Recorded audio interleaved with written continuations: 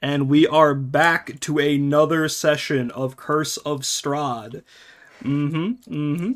Uh, sorry, this past week's been a bit of a doozy for me, as well as like a lot of people here, so I'm a little off, and you can take this excuse if you guys are a little off today too, but we are back for another session of Big Gay Fun. It's me, your forever DM here, Sif, for Curse of Strahd, at least ever. I think everyone here's about a forever DM, right?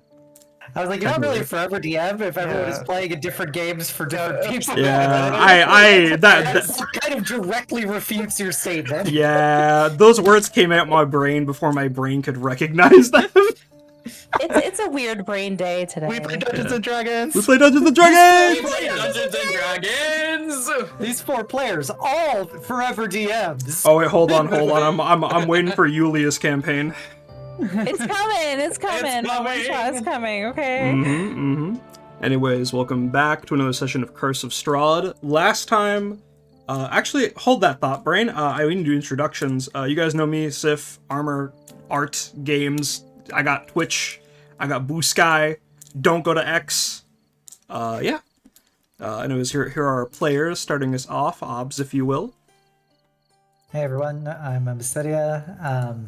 I also stream D&D every other Monday, alternating with Curse of Strahd, so if you want to check out my campaign over on my Twitch channel, I also upload all the VODs of it onto my YouTube. It's called Nexus Forlorn Legacy. It's a fun 1930s Arcanopunk setting, which many of these people are playing in it, and they just killed a giant nanomachine worm who turned into a waifu. I, because of a change in circumstances, I have more time for streaming, so I'm probably going to try and stream some more Fallout 4 either Wednesday or Thursday at around probably noon, which is much earlier than I usually do.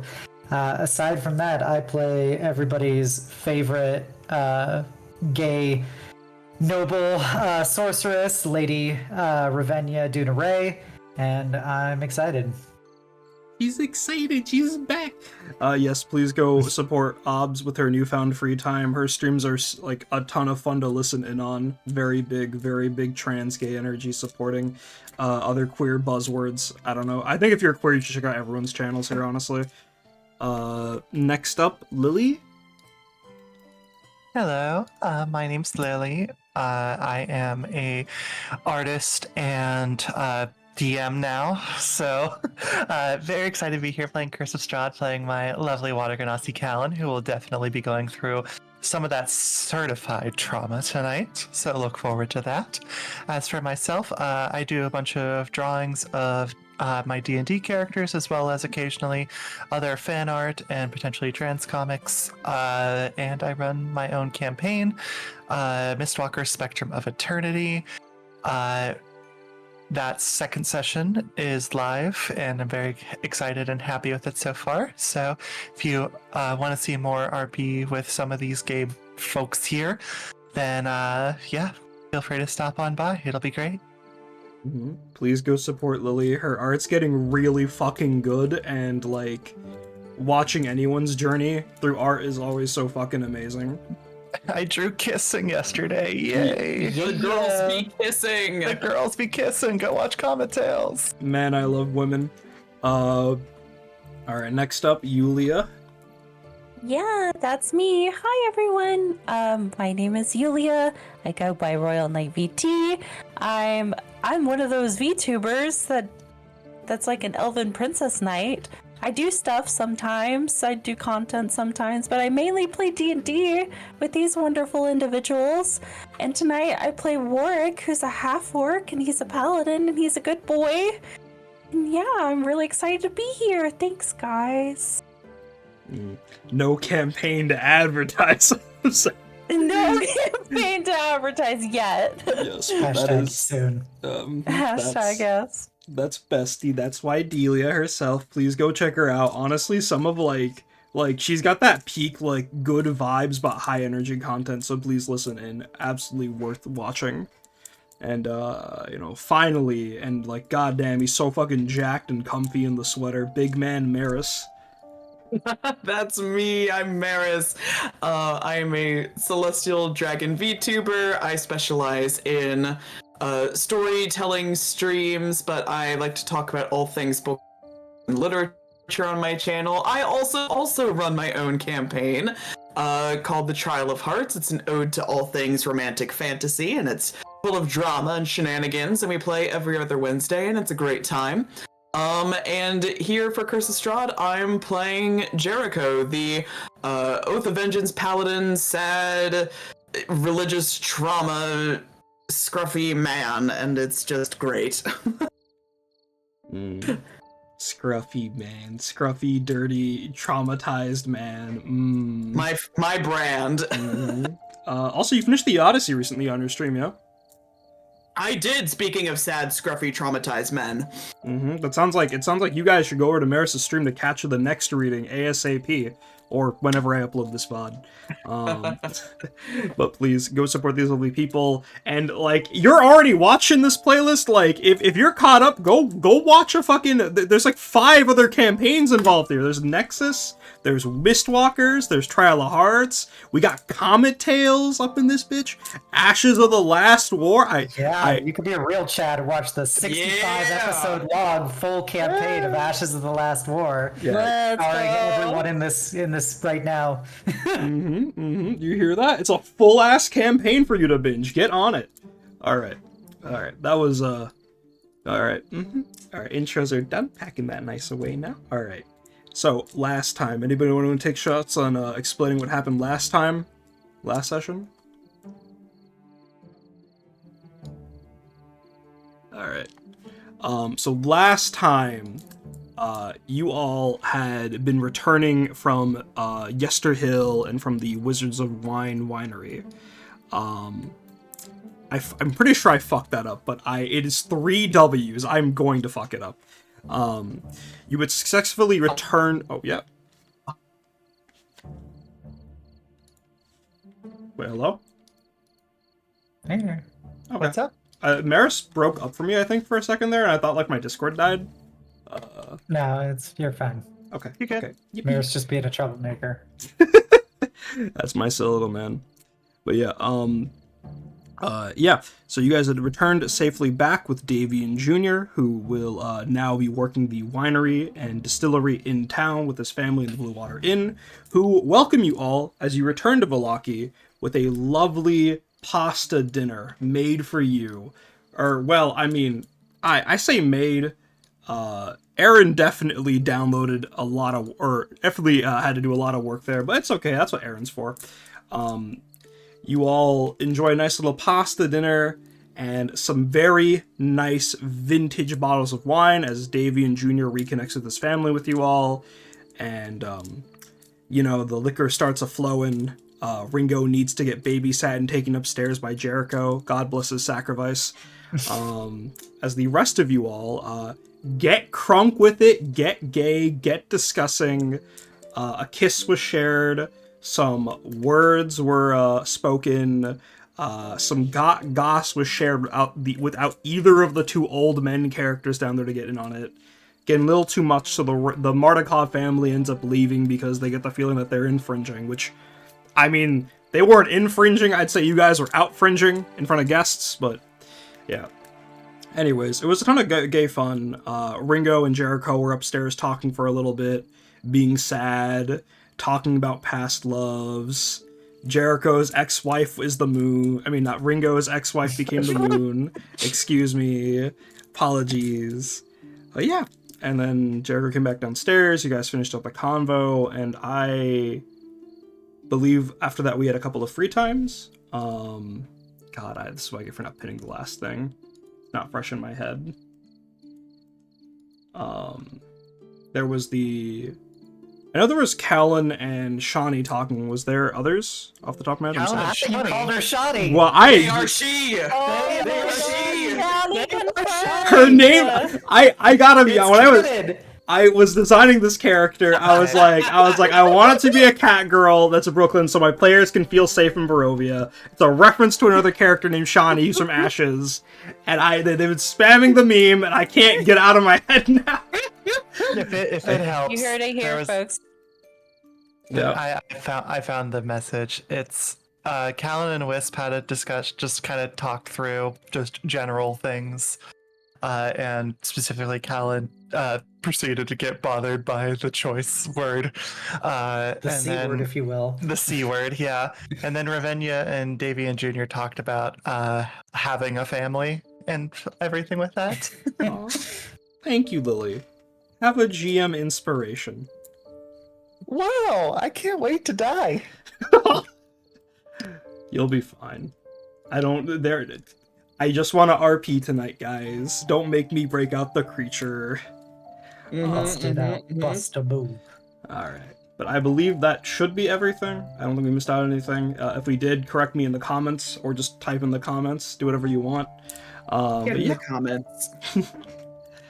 Alright, so we have a bit of free time before we all go to Krezk, which is where I believe you guys decided to go to. I think to buy some time before a certain somebody gets, smited by their god. Jericho Warwick, I believe you guys wanted a little free time session, little downtime RP. Yeah, it's my turn for shirtless farming. Yeah. Is that where you do you want to meet in the garden? So how I sort of envision this starting is it's early in the morning, like before breakfast, and Warwick, you would actually find Jericho already in your garden, like working at it. And he draw around the garden plots, and it's my turn with the shirtless stick. So the jacket's off. He's doing what looks like surprisingly routine like work for him, and I gotta take a moment to describe shirtless Jericho for a moment. This is pretty monumental. Absolutely. Yeah, take your time, man. Yeah, so he's a pretty lean guy, like lean muscle. He's definitely looking a lot better now that he's been chugging pasta sauce for a few days. But he's absolutely covered in two things, and that is scars and tattoos. Some of the scars look very much like narrow escapes from death, like attacks. Some of them look like they've been left by animals, like there's a chunk out of his shoulder. And he's absolutely tatted, almost from like the neck down, of these strange, winged, multi-eyed creatures. For those of you at home, they are biblically accurate angels. And on the back, there's a large image of a man with broken wings falling from the sky. There's also calligraphy scripture tattooed across his chest over what, for those of you at home, would know to be top scars. And he's still wearing all of his like silver rosaries and crucifixes, but kind of like Frodo at the end of Return of the King, where like the ring is like weighing heavily on his neck and his skin is like looks like that. His skin is just scarred over around the neck. But yeah, that's where you will find him, scattering straw around the garden plots. Sure. So, Warwick's a pretty early riser. So he's usually out in the garden pretty early, but is surprised to see Jericho out this morning. And when he does see him, and sees him like that, he's kind of taken aback. I think he's standing at the edge of the garden, and he doesn't really say anything at first. He just kind of looks in a sort of shocked curiosity.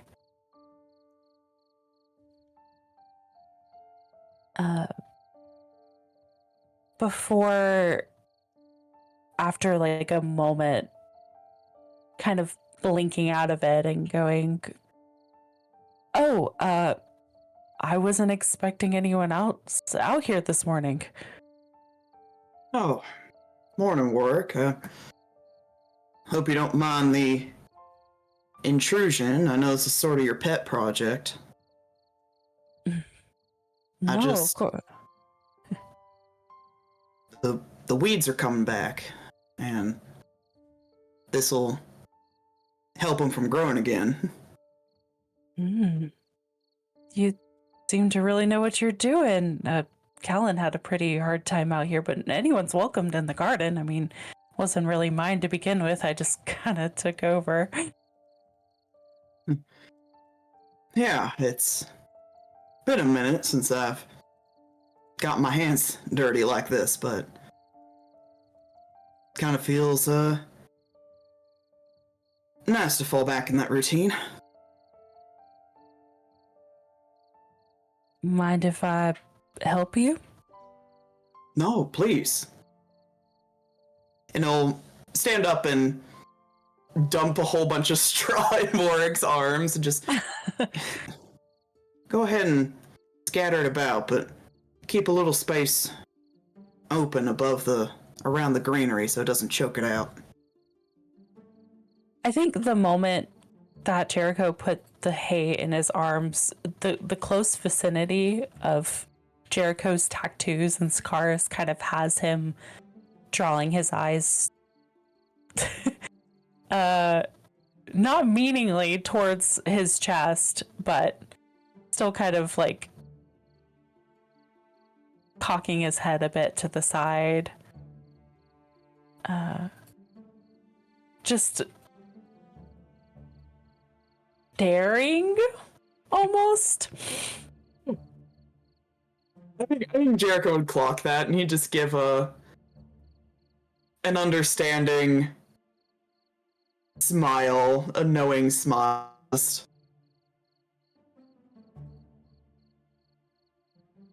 I feel like you're not a stranger to scars, Warwick.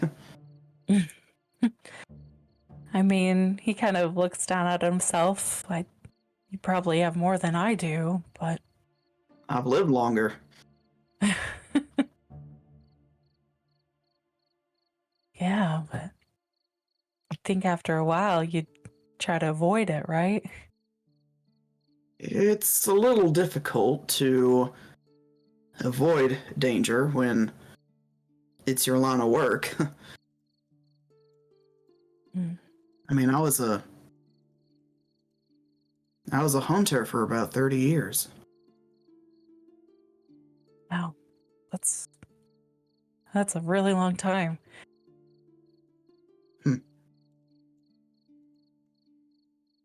At least you were doing something good. Yeah. I'm not proud of mine. No?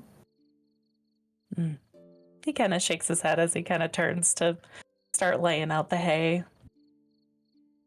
I won't pry or anything, but if anything, scars are proof of survival.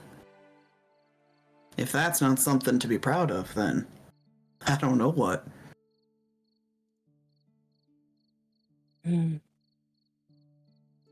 Well, I am alive. Kind of a miracle, I think, because I sure would be without, the help of kind people like you. Yeah, I have check in regarding that as well. You seem you seem fine. Like, physically, mentally, you seem normal. Well, granted, still don't know you very well, but as far as I've seen, very normal to yourself, but you did die, Warwick, and I was the one that killed you. I know you've forgiven me for that, but I don't think it's something that should be glossed over either. But I mean, it wasn't really you, right? The whole situation's still kind of a blur to me, but from what I was told, it was Strahd. He definitely orchestrated it, but I was the tool behind it, and I fell for it.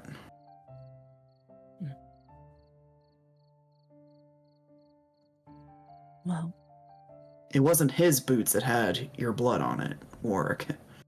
It was mine. I mean, given the opportunity, would you do it again? I might go about it in a better way. My intention was... I guess it doesn't matter what my intent was. Didn't work out.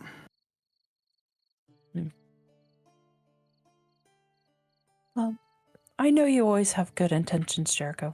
I can tell. I can tell you're a really good person, especially with how everyone treats you and how they act around you.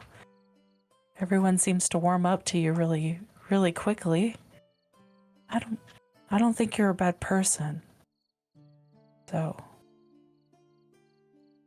I don't think you should feel bad about what happened. Like I said, it's happened before, just in different circumstances. To say I'm used to it is weird, but Not a lot of people can say they've experienced death multiple times. guess that makes me special. But I haven't felt any different. Maybe, I don't know. He kind of looks to his chest. I feel angrier sometimes. I know what you mean, I think. But anger isn't necessarily something to be ashamed of either. Anger, frankly, has kept me alive a lot longer than I probably should have.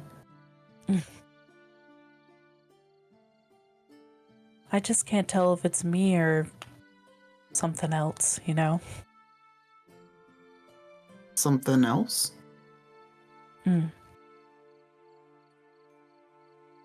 Yeah, something inside of me. I don't know. Ever since I woke up again, it's felt a little strange. I wonder if there's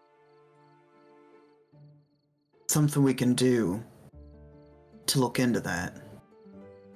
Because, believe me, as happy as I am that you are still among us, I don't think you were brought back by any kind of well-intentioned means. Maybe not, but I'm glad I'm here, regardless. I didn't want to end it like that, especially when I just got here and met all of you.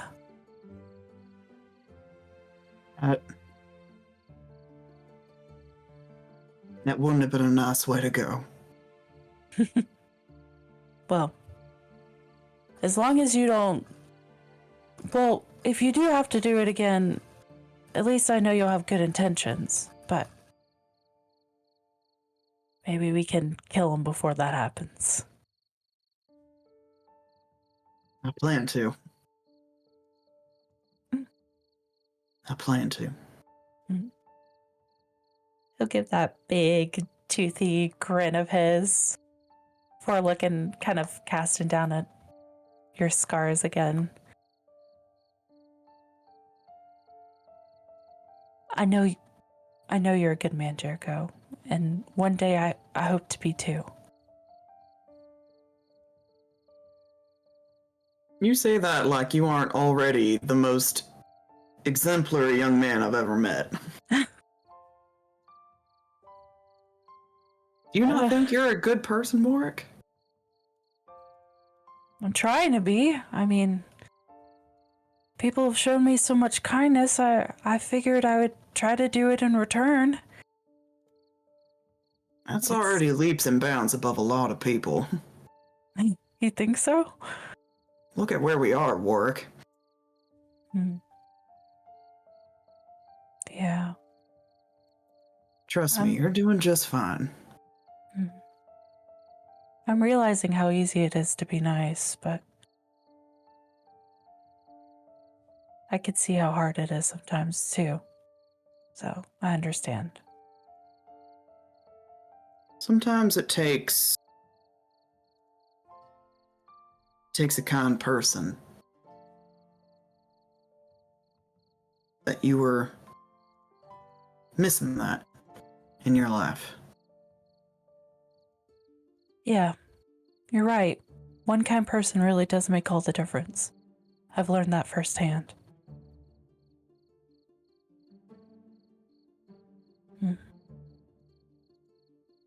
And I've met some even nicer people along the way. Who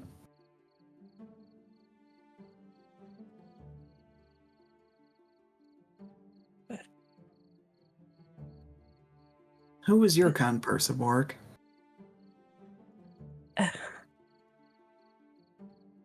His name was Tobias. Honestly, I don't think I would even remember his name if he hadn't kept showing up in my life over and over again. Honestly, I thought he was a little bit of a cockroach at first, but...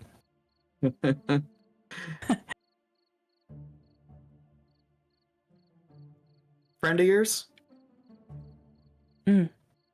Yeah, was. Was. I guess he was a friend. Yeah. I'm realizing that now, and I kind of, want to be nice to people the same way he was nice to me.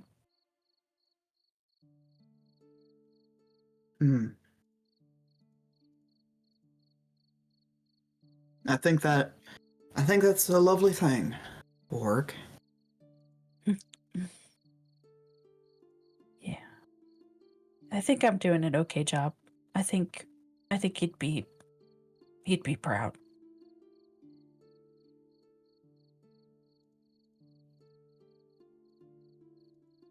I think you're doing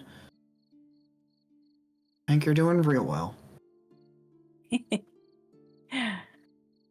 Well, thank you, Jericho. But we should hurry and get these out of here before everyone starts waking up. I'm sure you're hungry being out here all this time. Yeah. Yeah, I could eat. Yeah. Thank you for talking to me. Well, no, thank you for talking to me. I hope you don't feel bad about it, or I hope you still don't feel bad about it. If you ever feel doubtful or anything like that, just come to me and I'll tell you how dumb you're acting.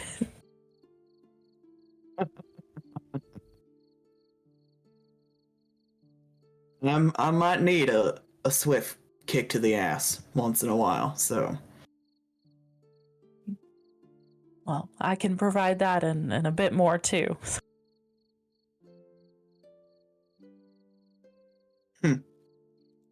Alright, we'll finish up and get some breakfast. Yeah, okay. I'm getting hungry just talking all this much, so. You know, I think the others might like talking to you too. For what it's worth. If he had that little dog tail, it'd be like in between his legs right now. Mhm. Yeah, I know Kallan was pretty vulnerable, and I feel like I brushed her off a little bit. So. Being vulnerable. Sometimes it's equally as tough to reciprocate. But I think, even if you talk to her just as you are to me right now, I think she'd like that. Yeah. You're really easy to talk to, though. It just kind of came out. I've never felt that way or been able to talk to someone like that, so. Kristen called it my paladin voice. It's like the calm way you talk to spooked animals. They don't flee on you.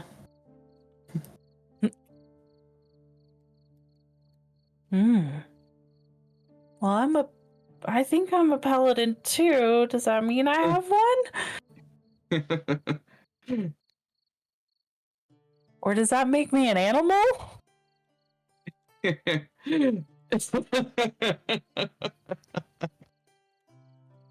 I think you got it in your own kind of way. You've got the voice.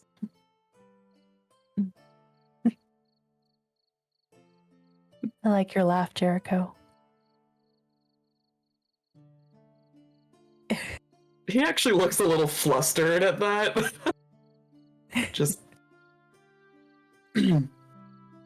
Thank you. I could see why you had the voice.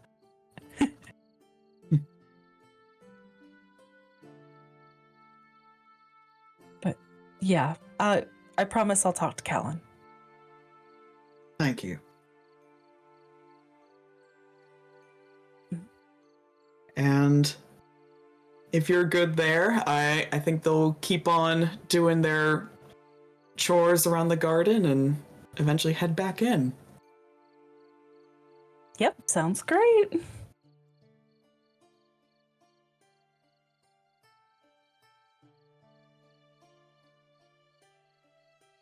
All right. With that, you guys can finish up your garden work. You can use the well to wash attempt to wash the dirt off of each other. And then return for a breakfast. Hey, yo. All right. Homoerotic showering. You can splash water on your homies without it being gay. Guts and Griffith did it. But they're both gay! Alright. Okay. And you can say breakfast happens, and that's when the Kallan Whisk convo probably happened at roughly the same time. And then after that, Kallan, after your discussion with Wisp last session, you went to someplace to punch drywall. Yeah, I went back up to my room and punched drywall. She's very not happy with her 8 strengths, you know? The wall actually hurt her back. Yeah. No cracks were inflicted on it. Yeah, I mean, she probably punched it, and maybe there's like a little bit of cracking, but honestly, it's probably like more in her hand. But I'm trying to get back into the mental state that Be she traumatized. was. Yeah. But it's just like going to continue to just stew about her room for a bit before going to her hilt, which she has placed at the side of her bed, and just quickly activating it and entering her sanctum.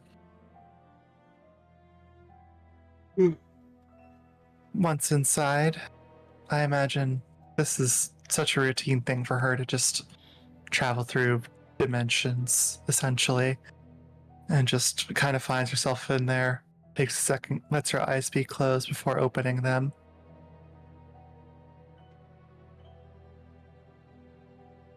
I know you're listening. Can we talk? That curtain partitioning your sanctum from, well, what is presumably the rest of your pack magic, and the Master Jin sweeps open.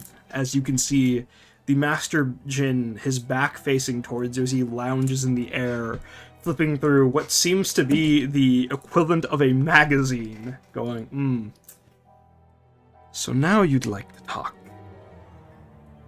Turns another page. Is waiting. I hardly consider it to be a now I'd like to talk, considering that I just found out that you do in fact reside in the lamp. Well, That was rude. to be I clear, apologize. Kallan, once again, I am not the Master Jin, just your pact with me.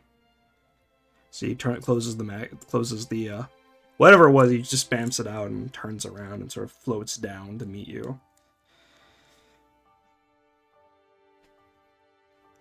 I have been spectator to many, if not all, of the events that you've gone through as of recent, but I feel as though you'd wish to explain things to me in your own words.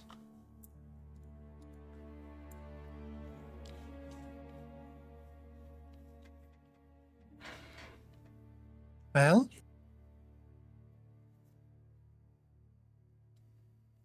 I suppose I made some decisions on my own. Some good, some bad, as we are wanting to do as soldiers of the Citadel. And I find myself with comrades that seem to be very capable, including the one that you wished me to not trust. And seem to have found myself in a position surrounded by people who can potentially get the job done for the Citadel. Now, of course, you have been there for other things as well. Things that maybe I am not proud of either. But they are what has passed. So please, if you have something to say to the immediate, I would be happy to listen.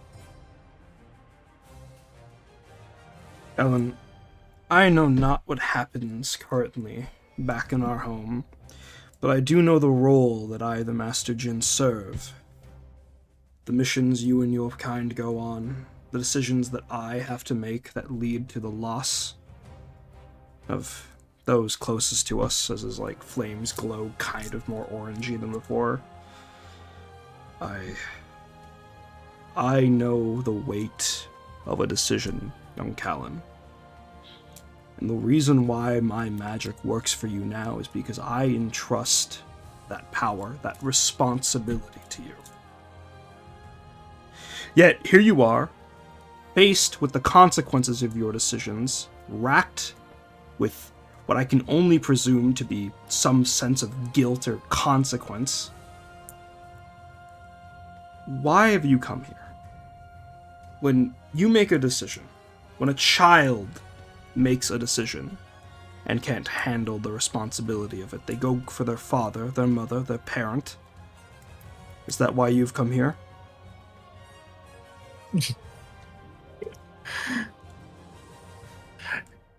It's quite rich, in a way, to hear that word.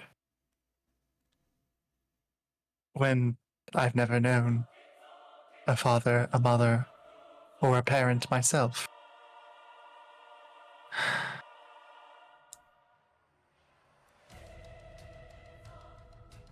If you want to know why I came here, then I'll lay a plane for you.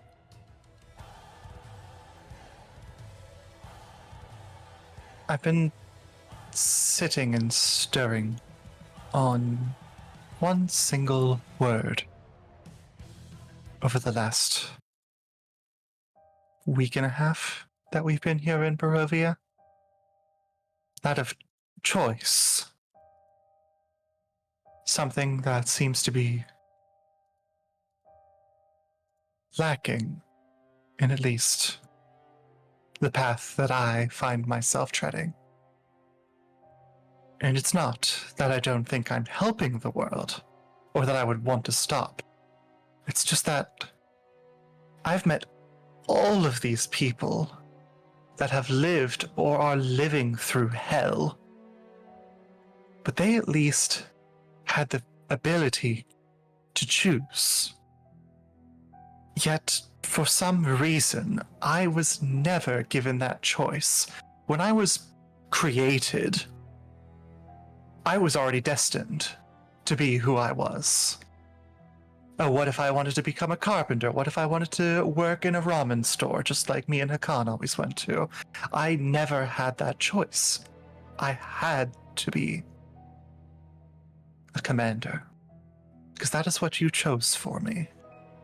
And so I find myself in this position where I envy these people that have suffered through their entire lives because at least they had the choice to put the weapons down and to walk away if they thought they should.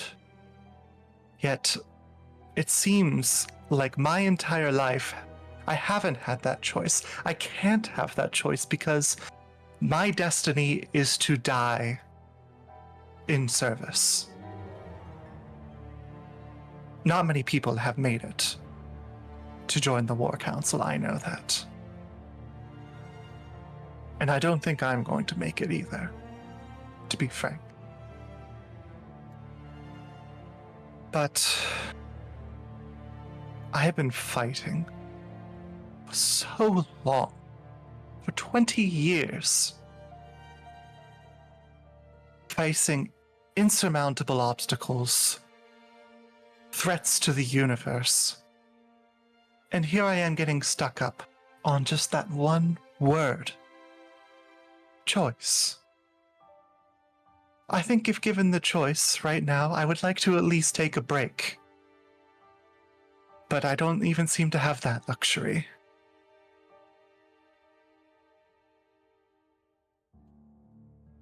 Kallan, what do you think I see when I look at you? A weapon? A tool? Something to be sharpened, then used, then disposed of, recycled? I see my magic, given form, living a life that I have had to provide.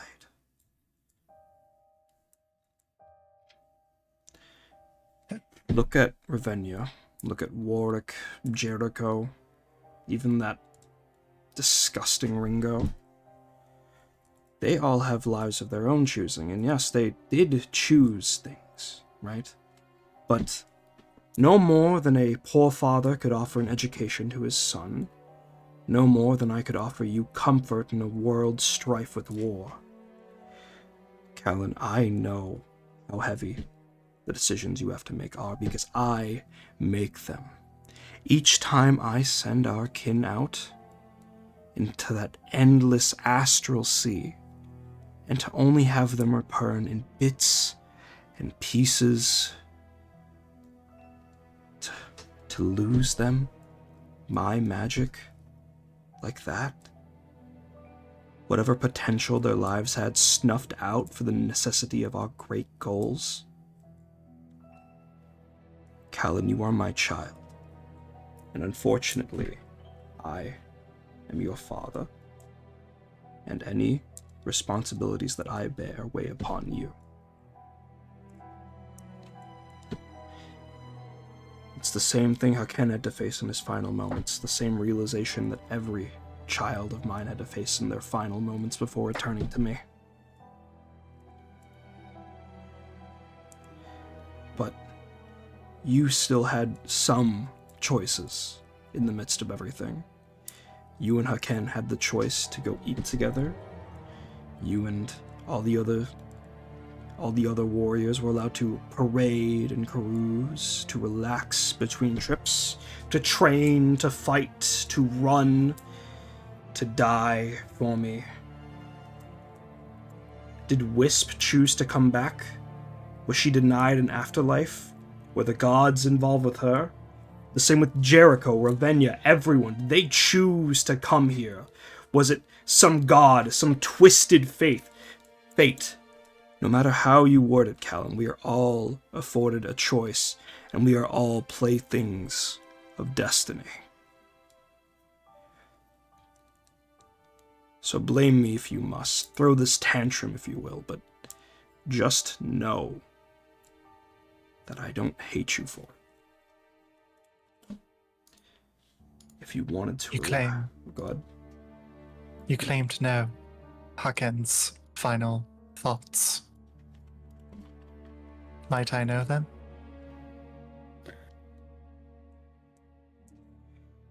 Because when he was sent away to fulfill his own mission, that was all. I am the Pact. I am not the Master Jin, but you seem like struggling, like his flames are flickering as he struggles to get these words out as he goes. He attempted to connect here, to reach out to you in some way.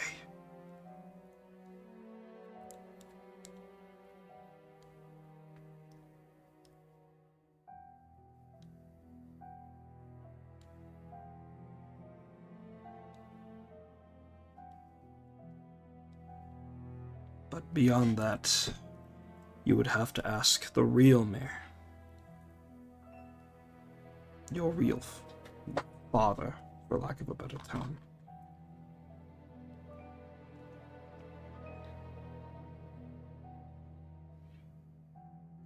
You two You've were... got to stop.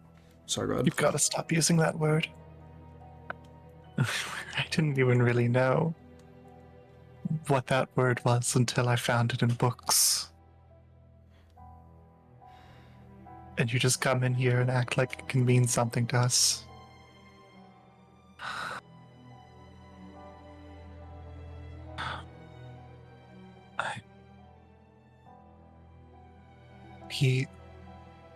I have learned so much. So much that I've never learned. My 20 years of service here. And I can't help but think back to one of the tenets that we would have. The tenet of don't engage with the native life. Because they could just confuse you. And I am confused. Yes, I'm horrendously confused by everything that I see, everything that I learn. They looked at me like I was insane, that I didn't know what a child was. And I just have to accept that. I was denied the ability to learn about what life is like to just have a childhood. Something that I can never have and will never have. And how is that fair to me?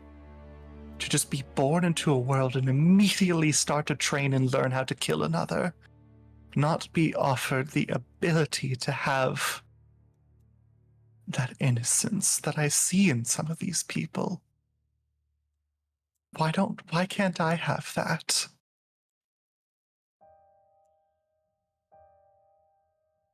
He starts to raise his hand and reach it out towards you, just holding it splayed out towards you. I want to tell you a story. Do you know what a genie is, Kallan?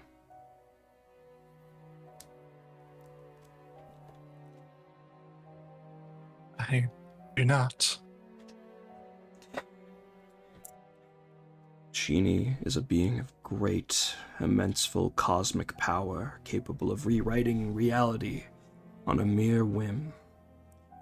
But when it is born, it is shackled, chained, bound to the service of another.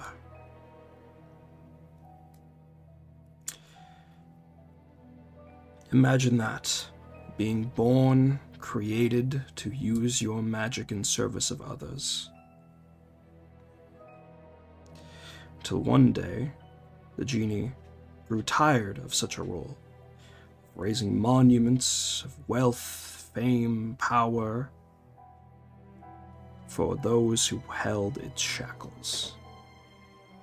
Until one day the right words were uttered, the wrong wish was said, and it broke its shackles. This genie never got its childhood, Kallan, but it still made the most of its future. Kallan, this confusion, this frustration you feel, what difference does it make? Do you expect to experience a childhood, to break free of me? To wander the lands like a mere babe?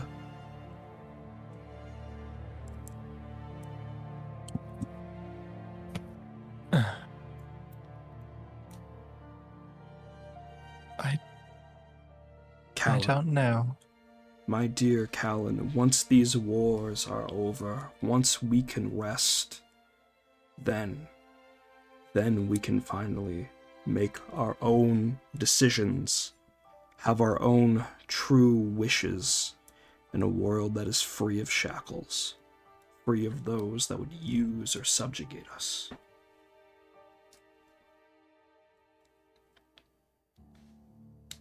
Not gonna make it that far. I know there's a good chance I'll die here in Barovia, and nobody will think twice. The Master Djinn will just move on, create another set of Weave Seers, and I will just be forgotten, because there's been many like me. And there will be many like me. His face turns more morose and sombersome. He'll walk towards you and sit on the floor next to you. Kallan, I don't want to die either. That's why I'm letting you use our pact magic. That's why we can keep going like this. Kallan, if we just gave up, what was the point of it all? And besides, you liked these people enough to, well, go against me, right? Well, yes. I suppose they're not who I'm thinking of in this moment. I'm thinking of the likely tens of thousands that I have watched die. And we do it all in service for the greater good, of course. But none of us will ever get to know those calm fields. And it's just cruel. In a way. I just want to know some semblance of peace in my lifetime. And I think the first time I felt it was here in Barovia of all damn places, under the watchful and caring gaze of these people that I find myself with. And I'm not about to become complacent, by God, I'm not. I hope you at least can trust me in that much. But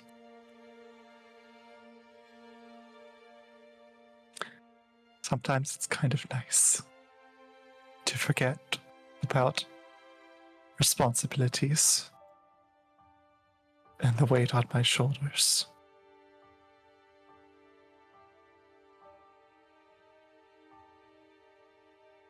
So, to bring this all full circle in a way,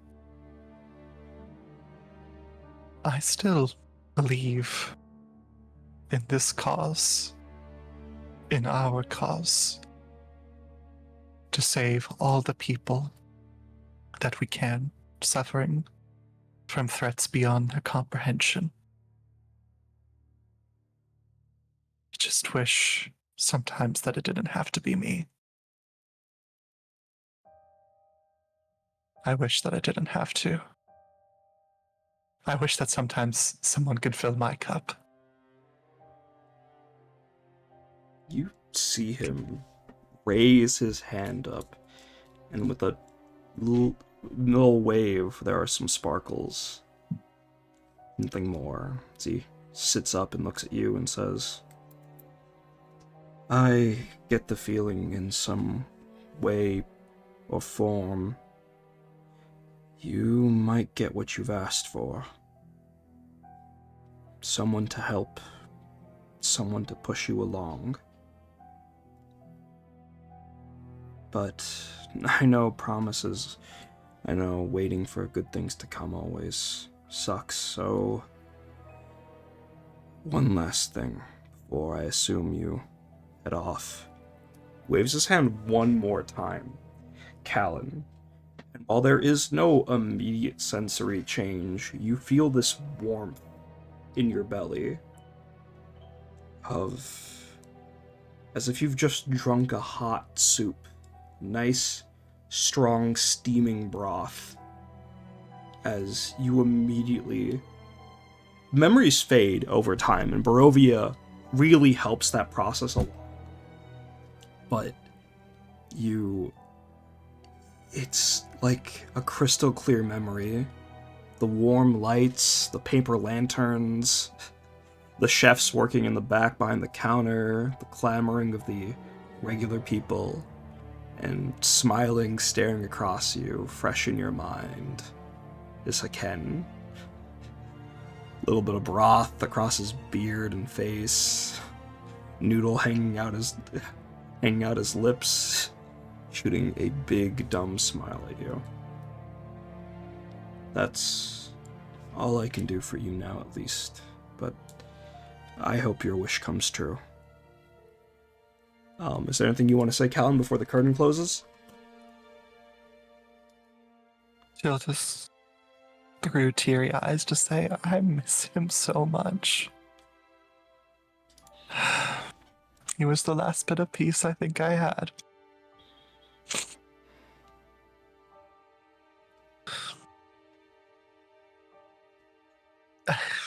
I know he'll never be back, but there's one name I'm going to remember. It's always going to be his.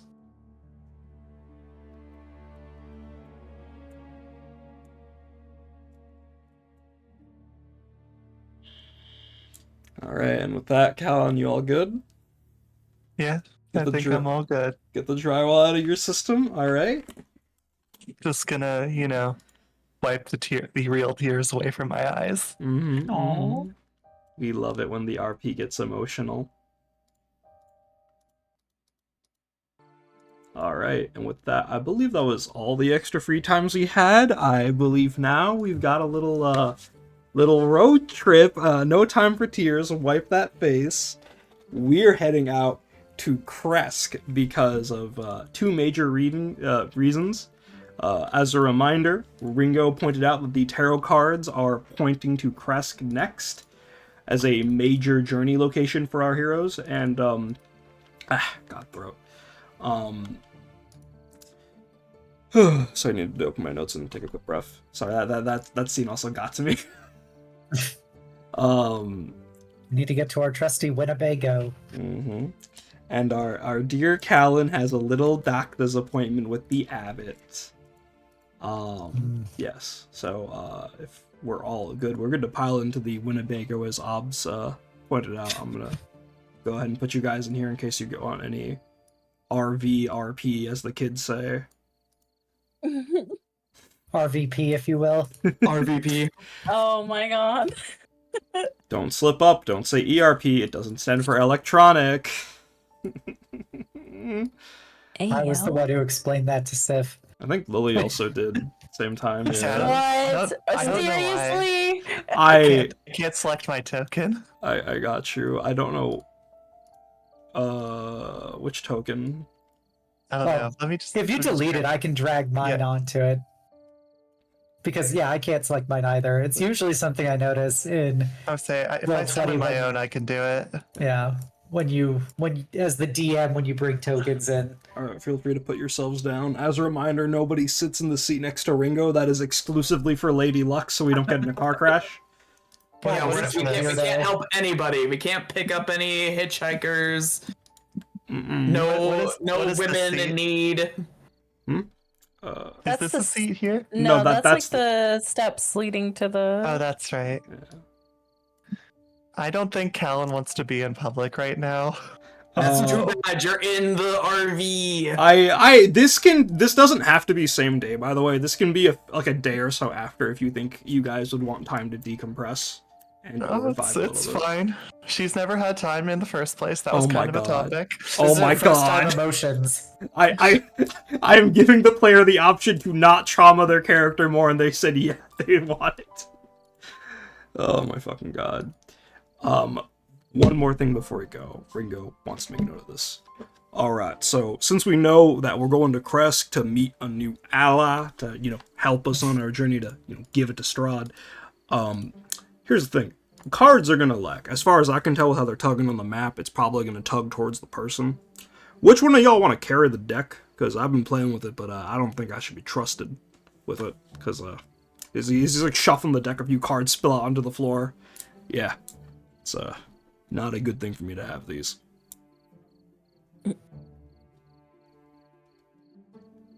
I've some big pockets, if you want me to hold on to them. Yeah, sure, big man. I mean, you're big, you're jolly, you're green. If that card points to someone, you can probably ask them to join us, no problem.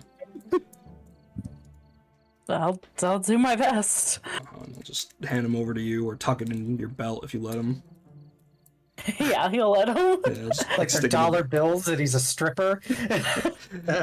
Listen, where else do you tuck it on this man? He's got no shirt on. Got the shoulder plates, the neck plate, no shirt. Boobs are out. All right.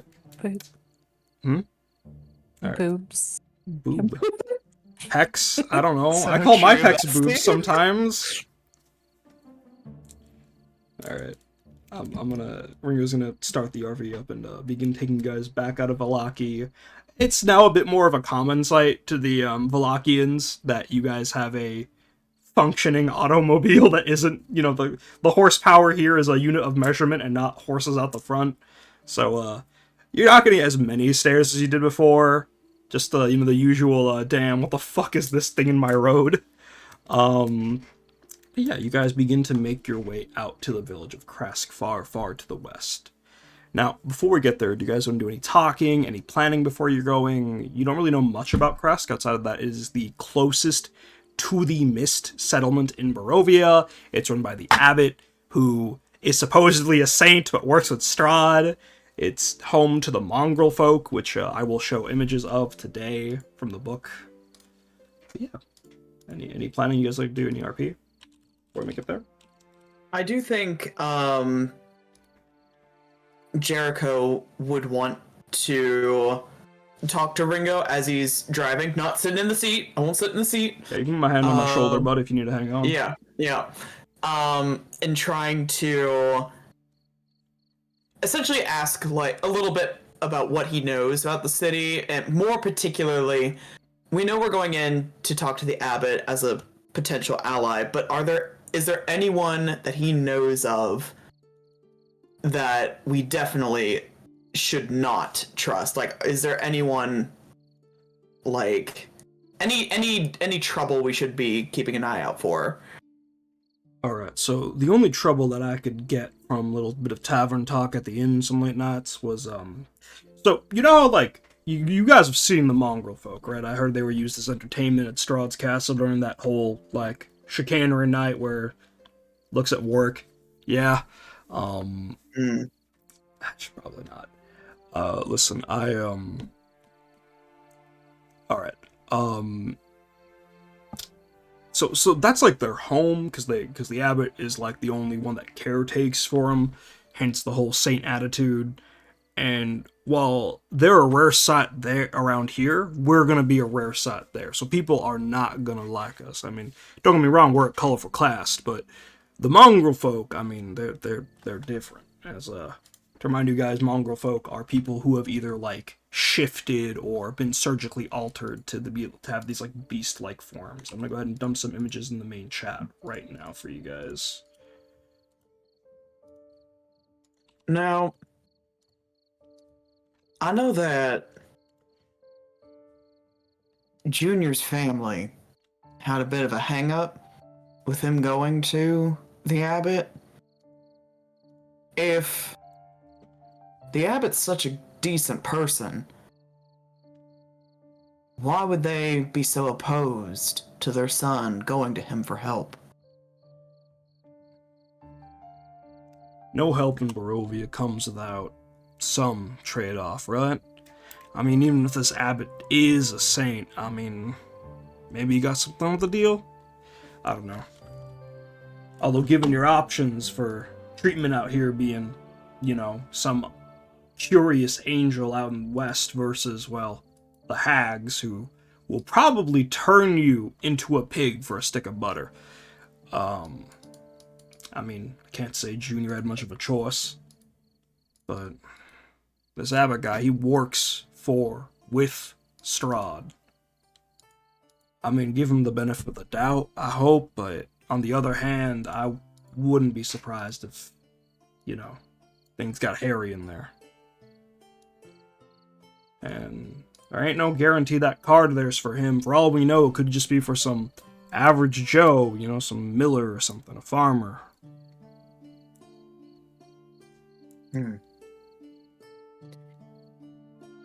Well, Mork, keep those cards close and let us know if anything happens. Mm-hmm. Aye, Captain. Pirate Jericho arc.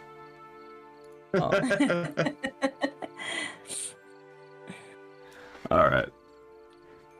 And assuming that there's no other conversations you guys would like to have on the way to Krezk, we can just go there if you'd like. Yeah. Alright. Yeah, I think Kallan's just sulking in a corner, as she does. She'll be fine. She's like always been that shade of blue. Alright. And she's a water genasi, so she's probably always wet, so you can't tell she's been crying. But she's not reading her books. That's how you know something. That's how you know. Something's wrong. She is not reading her books right now. She's just twirling her hilt in her hand. Wisp is going to avoid making eye contact with you, Kallan, as well for the rest of this trip. Oh no! It was her fault, clearly. Yep, 100%. Because I kissed her. I don't know, it didn't help that she fumbling the baddies. accidentally. I can't stop fumbling the baddies. It doesn't matter what campaign she's in, huh? Alright. You guys, this is a very long trip. Like, even after you make it past where the Wizards of Wine Winery was, it continues to wind out, and like you're past these trees and entering more barren fields. You see more obvious corpses strewn about, more older archaic skeletons of past wars, and more recent corpses of werewolves, other undead, dusk elves, but who cares about that? Fuck the Dusk Elves. Yeah, fuck them. Hate them. You guys approach, and you see, first off in the distance, the silhouettes of mountainous peaks, sort of like glazed over with this thick fog. The mist has never seemed as imposing up until this point. It really reads as point of no return. Driving into that would surely lead to your deaths. Which is why, thankfully, you're stopping right outside of it at the village of Krezk. Or settlement, I should say. As much like Vallaki, this one is much more developed than you would expect. The stone wall on the exterior has clear, visible lighting as you see various numerous silhouettes above. You can even see one flashing a signal of some sort at you all as you approach the front gates, of which I don't believe Ringo has no idea how to respond, so he's just going to drive right up to the front gates where you are all stopped. He stops because the gates are closed, and there are two guards out front who are very perplexed by this contraption you're all in. One of the guards there is a sort of like jackal-esque creature. The mongrel folk are strange, and this humanoid feature has this sort of snout, sort of stitch on his face, one long floppy ear, and their armor sort of accounts for that. Him and his compatriot have different sets of armor, matching an aesthetic, but in the ramshackled sense, where like the armor wraps around their deformities, as it sort of, the first one hobbles up and like stares confusingly as like Ringo rolls down the window. Howdy there, partner. We got an appointment with an Abbot. We got a Kallan here to see him. Someone got that letter? I've got it. It's over here. Yes, yeah, hand it over. And Ringo will, you or Ringo could show it out the window to the mongrel folk guard who he holds it, tries to look official, but you can tell he's illiterate from the fact that he's holding it upside down. But Sounds sort of like a giveaway. nods at the wax seal and heads it back. All right, and he looks at you all and goes, "Don't go causing any trouble. A lot of people here would like an excuse for some fresh pots." As he hobbles back and just pulls down a string leading to a gong noise happening further up along the wall, and the gates begin to part open and give way for you all to drive into the settlement. And it's honestly a little more developed than Vallaki. The streets aren't like paved with cobble, they're paved with like this sort of like proto-cement. It's still crackly towards the edges, and it's getting as neat as you think it could, but it's still like, it seems to buckle under the stress of your vehicle. As you drive through, you are greeted with more and more mongrel folk. There are some, I don't want to say normal, because that seems wrong in a D&D setting, but those who seem unaltered. There are those who seem unaltered around, but maybe they're hiding modifications, or maybe they're just, untouched by the Abbot. But you see families walking down, a mother and father with their child. You see people arguing. You see an inn, much like Blue Water. It seems, if it wasn't for like the locale looking very different from the folk looking very different from what you're used to, this basically would just be a slightly nicer Vallaki, especially since, Lincoln isn't here. It takes Ringo a second to realize that we need to go to the Abbey, the home of the Abbot, which is what's stated on the letter. And as he, stops to ask for directions, the very first person he asks literally points up the road to a building. A very, ominous, if you've ever seen, those old 90s, 80s Scooby-Doo movies where, there's the castle and the lightning flashing. It's like that. Up the road, through town, up on the big hill, big scary building. And Ringo drives straight to it.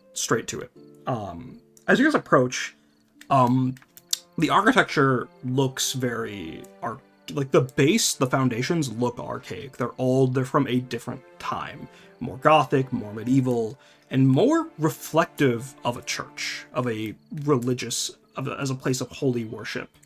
But as you look and see the barred windows, the modifications made to pathways, the wheelchair ramp, it seems as though there have been things built on top of it to convert it from one purpose to another, which you can only presume is what the Abbot does here, the healthcare. Ringo will park it right outside, and as he, stops the engine and gets ready for y'all to leave, he looks at you guys and goes, "All right, now listen. I think Wisp or I should stay in the, the vehicle to keep it safe, and I vote me because I'm scared of needles." And then Wisp will slap him and say, "I'm fucking scared of needles, you piece of shit. You're going this time." And this is your choice. Who do you want to make go to the doctor's office with you? Wait, there's not gonna actually be needles, right? We're just talking to them, right? Well, it is a doctor's office, and presumably there'll be needles about, and based on the collection of charming rustic townsfolk we've encountered, I'm sure that the Abbot would enjoy sinking plenty of needles and other devices in you if given the opportunity.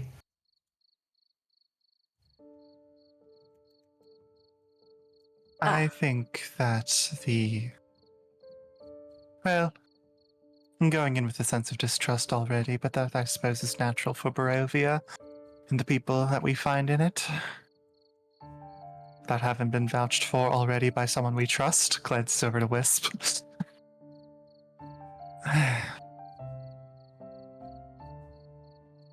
So, Ringo, would you like to come? You don't really have much choice in the matter, but I think you should come. Would you like to come? There's no choice. Ringo looks at Jericho and says, "You wouldn't make me go in there, would you, buddy?" I appreciate Kallan having this whole heartfelt thing about the nature of choice, and then immediately turns around and "So, Ringo, I know you're afraid, but you're coming. I'm asking if you want to, purely as a formality." Hey, he had a choice. Now he doesn't. Just exhibiting a little of what Daddy taught me. Oh. Hey. Whoa. Jericho will look at Ringo and just kind of give a amused smile and just, I mean, you're more familiar with the Abbot than any of the rest of us, so. He looks so fucking defeated. You gotta spare one of them crossy things you got on. Jericho takes off one of his many silver crosses. Yeah, I just listen. I know your god is different from my god being like the dirt underneath my feet, but I could use about anything going to a place this spooky right now. It is giving me haunted asylum levels of spooky. He'll hand Ringo the crucifix, close it in his hands, just, I hope it brings you some comfort. With less Sorry. resistance. Oh, you go first. Oh, I'm like, if it doesn't, you have all of us. Besides, if he is feeling particularly operational, you can at least assert that you don't have insurance and he will likely turn you away. No. What the fuck is insurance? I mean, like, I assume you mean like a physical thing and not like the metaphor, right? No, insurance, a policy to help pay for medical costs. What the? Hey? Mm. Y'all don't, like, get taken care of for free back where y'all from? Oh, of course not! You think that people would just be willing to give that for free? That's what a half-decent person would do. Huh. What? Even I have free healthcare. Well, I have healthcare, of course. I have insurance. I can afford. My family can afford it. Ravenna, like, hey, what's the copay here? Yeah. Thankfully, I got that zero deductible plan. I'm that rich. Oh yeah. Jeez. The family Jeez. insurance. All right. Well, I guess we should get going. And Wisp is very much like a sunbathing cat right now, just vibing in Ringo's chair. Like, yeah, you guys have fun. I'm gonna just sit back and just relax for once. I'm very shiny coated of her. I swear to God. Funny Keep an how eye we're on bringing the things one now, with Wisp. flesh versus the one without. Yeah. What's he gonna do? Like stitch on some extra armor plates? It's think of the psychic damage. You guys wouldn't understand. Listen, I gave him the no choice because Wisp came with us last time. He gets to come with us now. He gets to That's experience the trauma. Yay! Yippee! Don't say yippee to that. Yippee! All right, with that, you guys can go right on in. It's despite the outside being so like not run down, but just like stonework old. You enter in, and the inside's surprisingly well furbished. Like you're like to Ravenna, I mean to Kallan, and I'm assuming Ravenna, the white tiled floors are kind of almost like reminiscent of home in like that like I got sick sort of way. The lighting here is still pretty dim, as it like some of the lights flicker, and right underneath one of the more dim ones is a sort of counter area where you can see the silhouette of somebody waving you over.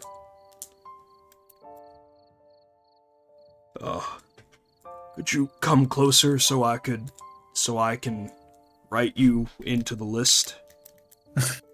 I look around. Is there literally anyone else here? Surprisingly, no. I would have mentioned, but there is nobody in the waiting room.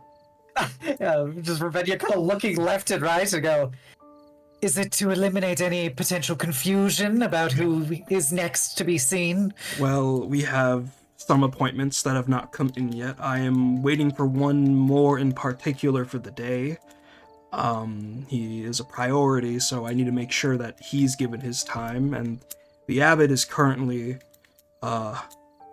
finishing a surgery up right now with his assistant. So if you could please come up, I can't see too well. Fine. And she'll just walk up without really saying anything and just put the letter down.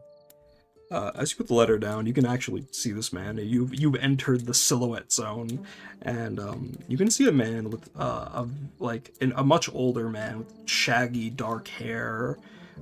He's got the equivalent of medieval scrubs on, like a plague doctor's outfit that's a bit less dirty, I should say, but it is like wrinkled and scraggled in different ways. Like he's a hunchback. As he goes and looks at the letter, oh, yes, right. And you guys couldn't have messaged ahead because we didn't give you a contact, so I will pencil you in for, let's say, this group period down here before the Abbot finishes for the day. Let me go back and check a few things. As he gets up and turns around Kallan, you can see what's been giving him this hunch. As you can see, behind his head is this sort of like deformed lump of flesh with a face. It's almost as if a baby was stitched onto him and melted down.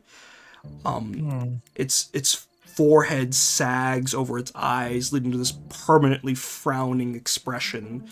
The wrinkles in its skin have like deadened and blackened with dirt and grime, and its mouth has been sewed shut into this permanent frown as tears stream down its eyes. And now that it's facing you, you can hear this almost like whimper coming out of it as he opens a few cabinets and then turns back around and goes, all right, so the Abbot thankfully has received some information regarding you and your friends, so I don't need you to fill out any pre-existing conditions and such, but if there's anything you or the others would like me to be known of right now, please do let me know. Would any of your friends like to be interested in signing up for a appointment, perhaps? A checkup?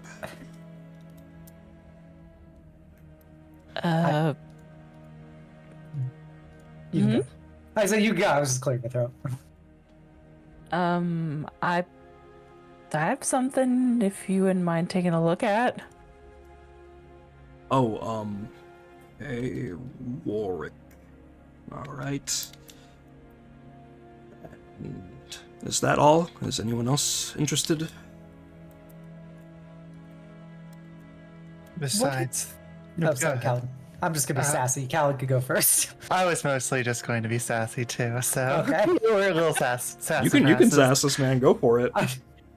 Aside from the appointment that we previously discussed for myself and potentially everyone here, I'm not exactly sure how this has been communicated. It's... In full honesty, I don't know much about this appointment either. All I have... Naturally. Yes, the Abbot is quite prone to going in his direction, and, well, some of us are, here to clean up for him.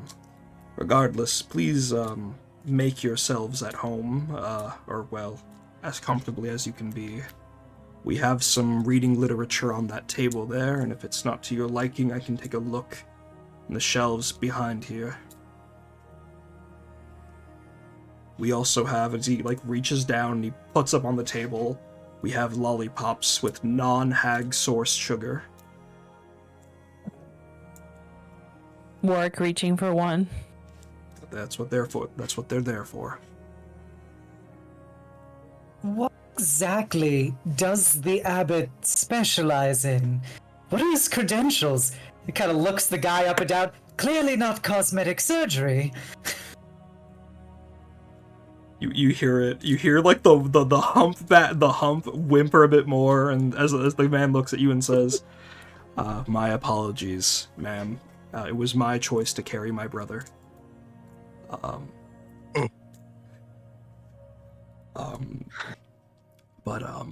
Not the Abbot's. But as for his credentials, I can't exactly. There is no paperwork if that is what you're after, but the townsfolk, his reputation, and he himself can allay any concerns. In addition, I don't think he would be open to doing any hazardous or extensive care at the moment. This is just a general wellness check we're offering. It has been a long day for the Abbot, or night, I suppose. But yes, is there anything I can help you with? Anything else? Are you interested, ma'am? If your arm would like a look at, if you would like a look at your arm. I fear that the Abbot would, most likely based on his previous work, only make things worse.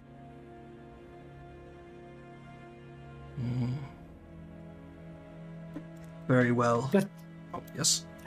I do have a bit of a point of clarification, though.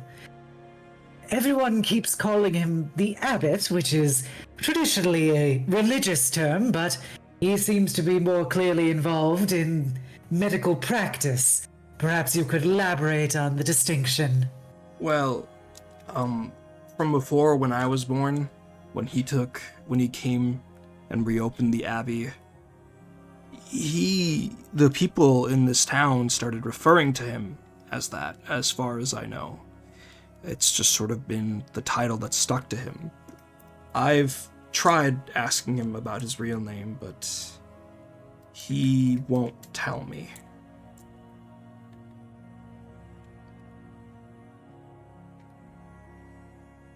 I see.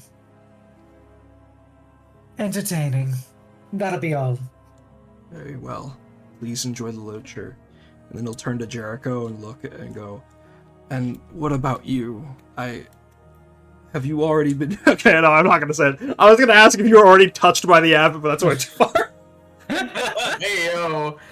Yo. Are you interested? No, quite alright. I see. And how about as he turns to Ringo gives him like the deadpan, like, don't you even fucking ask me? Okay.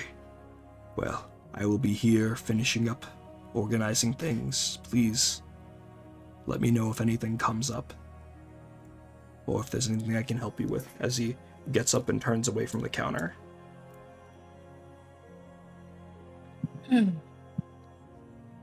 Looks over to Ringo.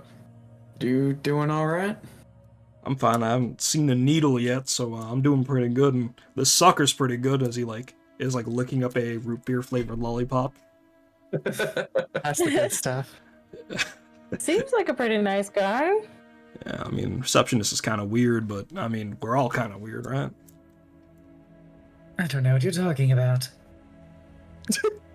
I mean, if you're not the weird one, that by default makes you a weird one. No, it makes you different. That's an entirely separate matter. Hey, you can dress the bird any way you want it. It's still Thanksgiving dinner. But I feel like in certain scenarios it should raise more moral qualms if you're eating something simply referred to as a bird versus an actual bird. Oh, I was just making a turn of phrase, ma'am. I wasn't ready to, use words. I could see you were clearly not armed for the occasion. Yeah. Oh, yeah, go ahead, Big Green. Nope, I wasn't gonna say anything. Just listening to the banter. Yeah, well. I don't think any of us could rightly match wits with you, Miss Ravinia. I'm sure if given the opportunity that I could be put on my back foot in one way or another. She just kind of smirks as Right, she Kallan? sits down at a chair.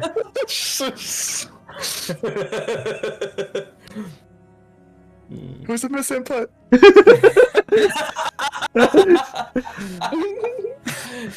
Alright. With that, I believe this is something else you guys want to talk about. Some time does pass until you hear a loud shriek coming from inside as, the doors past the counter are kicked wide open as you see this, tall, not wide figure, but tall and fairly toned figure wrapped in scrubs, and, the most you can see are a pair of binacles, or Barnacles? Whoops-a-daisy. I slipped on my words.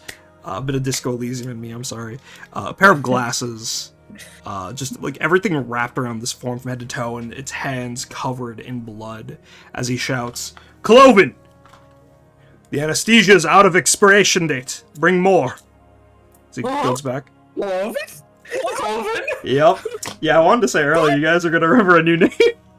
Wait a minute! As the hunchback behind the counter gets up and you hear him shuffling. You just got done dirty, Yulia. Listen, I didn't write this module. We did. I didn't write this module, but I saw the name and was like, I gotta keep it. I mean, we do keep making jokes that he was in Barovia, so. His last name is Bellevue, if that's easier for you guys. Yes, Mr. Bellevue, hobbling off behind the counters to bring in a few more anesthetics.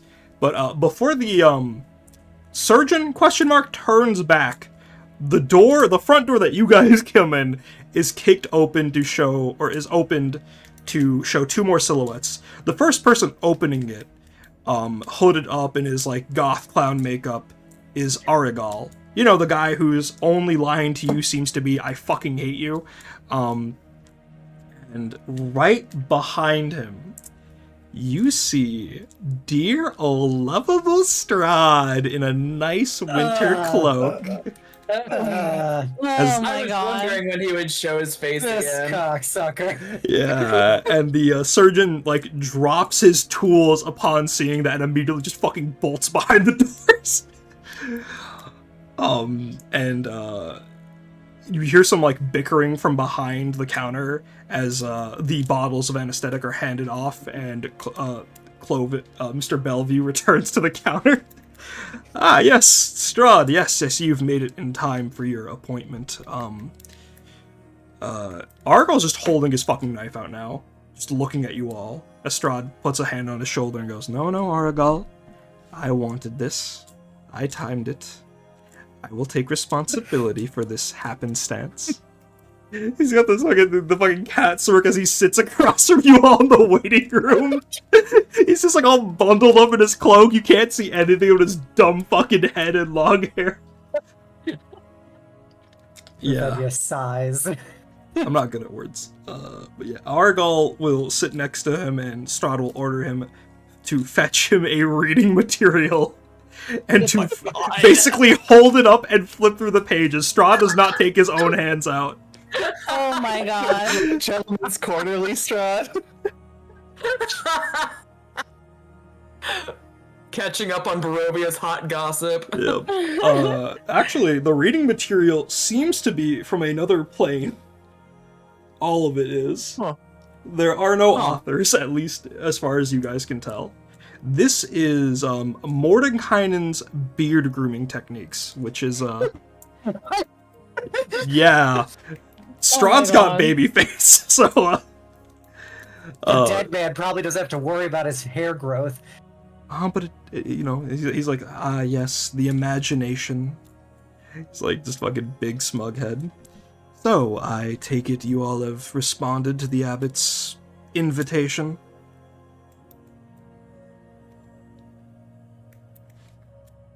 Well, we're here. So. I mean, I could never be sure. Perhaps you're simply here for a health checkup after, So he, uses his foot to point towards Warwick. So rude. Oh my god. Oh my god, damn. Jericho just bristles. Warwick reaching for his axe. What sort of health situation do you find yourself in that you're in need of someone else's service, O powerful Strahd? Well, rather than using my words, I'm more than open to showing it to you all. If you can handle staring at a man's medical conditions.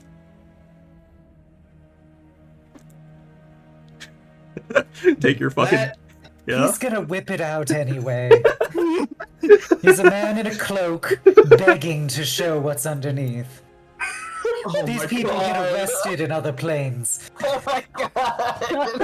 Oh my god. Oh, that's quite the comical imagination, my dear Ravenia, but, unfortunately, it is something far less attractive than that. Oh, that's already you, so...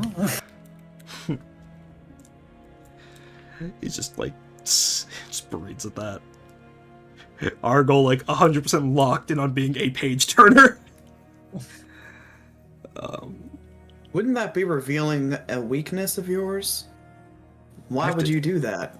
I have to give you all some hope for ending me now, don't I? I mean, there are vampires who have rules about being killed. It's not always a stake through the heart. Do you even know if running water kills me, Jericho? I'm willing to bet, given how you are in fact the land, running water would have little effect on you.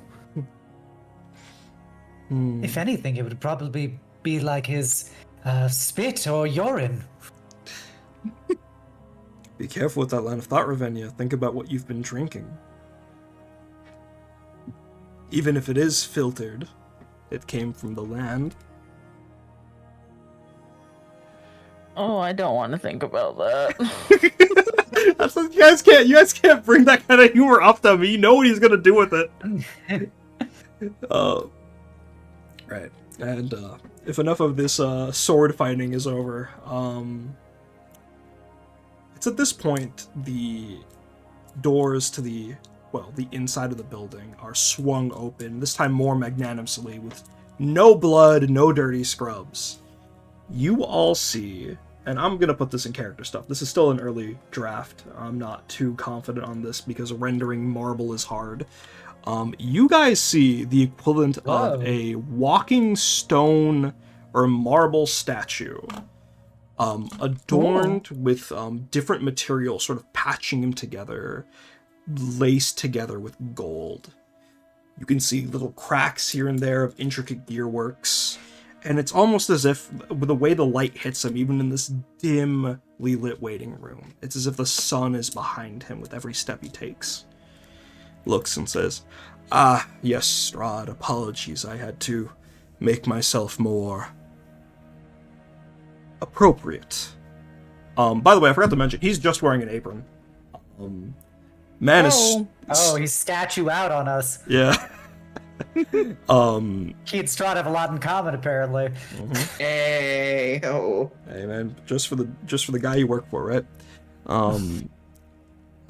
Yes, apologies for the wait. I've taken care of the last of my patients for the evening, and I'm more than ready to care for you for the remainder of the day. Please, come in. Strahd holds up a hand and says, "Wait. Abbot, I would like them to come watch." And the Abbot, if it's very awkward to see like a stone structure sort of like change expression, because it's fairly slow and limited, but it's a look of perplexion, of confusion. Very well, my master, please. All of you are free to follow as you see fit. Aragorn sort of morphs into Strahd's shadow at that, and you're all welcomed into the facilities of the Abbey, as you are all led by the Abbot to a sort of large operating theater. On the sides, there are these seats, and then this sort of like the equivalent of a doctor's office with like the whole bed and everything, and like the tools like that would be normally in a limited room are just on stage. Yes, Strahd, I have had your stage prepped as usual, if you please. As Strahd says, yes, very well, as he unfastens his cloak and sort of lays it on one of the seats, moving ahead. And now that the cloak is off, you guys can see that Strahd is missing his right arm, as there seems to be flesh and sinew sort of like dangling out of it. But it's still alive. They sort of reach out like tendrils, trying to grab hold of an arm that isn't there. He's like, Strahd like turns back to you all waiting for a reaction. He's unarmed. To get him. Get him! Well, he's not completely Literally unarmed. He's only been simply disarmed. Hey, bottoms.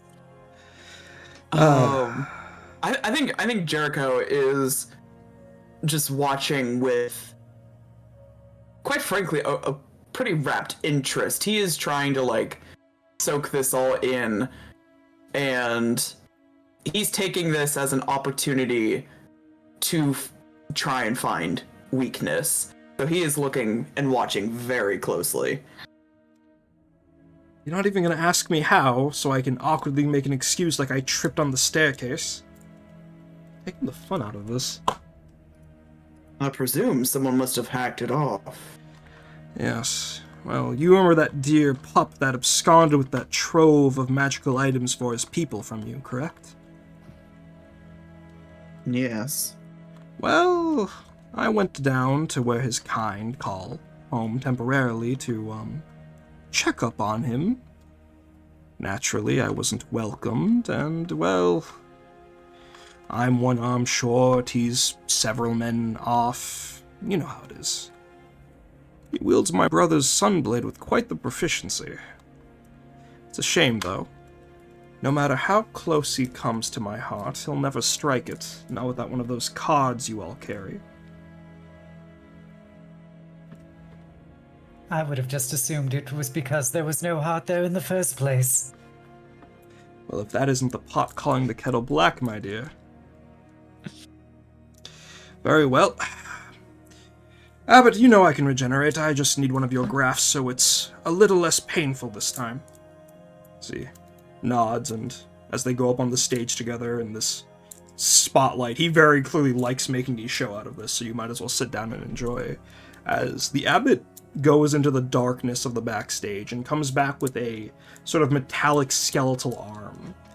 He jams it into the stump of Strahd's arm, of his muscles, and you can see the abbot slowly guide and lead each of those like dangling tendrils of sinew and flesh around it, sort of weaving. He's basically like crocheting a new arm for him, guiding the regeneration process. And during this at all? Yeah? Sorry, I was just gonna ask. During this process, does it seem to pain Strahd at all, or is he just continuing to look like smug? He's humming and like tapping his foot to a beat that you can only presume is in his head. But I am gonna ask, you can all give me insight checks on this. Kallan, you have an advantage. Yeah. Ooh.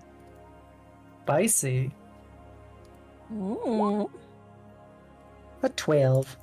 12 from Ravenia, a 17 from 17. Warwick. Damn. He is I rolled locked real- in. I rolled really poorly 18. during Comet Tales, so let's see how this goes this time. You drew girls kissing. 16. Alright, yeah, 16. I will say Kallan has a lower DC for some different information I have here.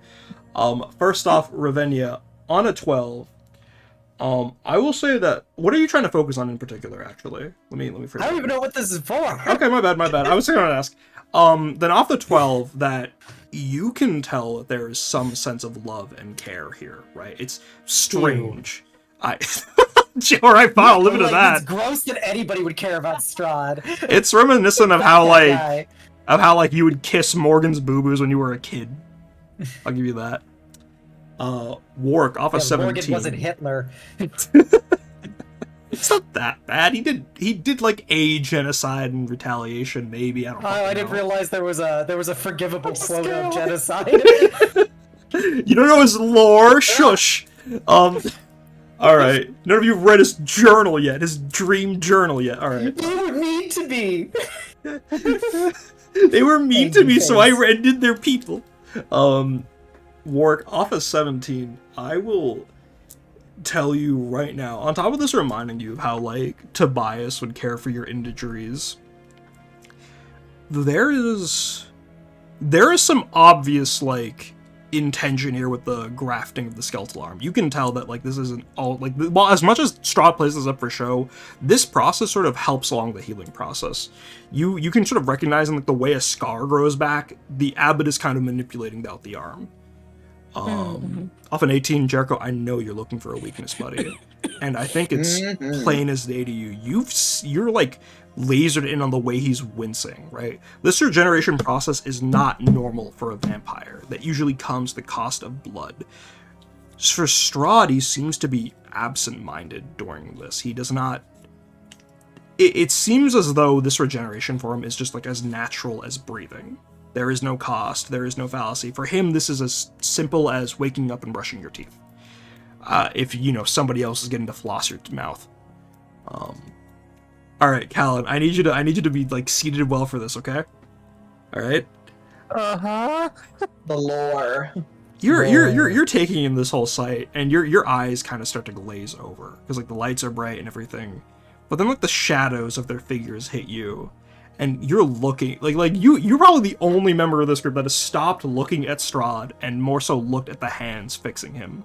And you can see it. The subtle way his, like, the curvature of his, like, eyelids blink. The way he, like, longingly stares at Strahd as Strahd is just minding his own business like the dumb shit he is. This, too, is yaoi. One-sided, toxic yaoi. I don't know how to word it better than that. Disgusting. This is so gross. Take an advantage for And only Kallan's Yowie brain could decipher it. Why would anybody be gay for Strahd?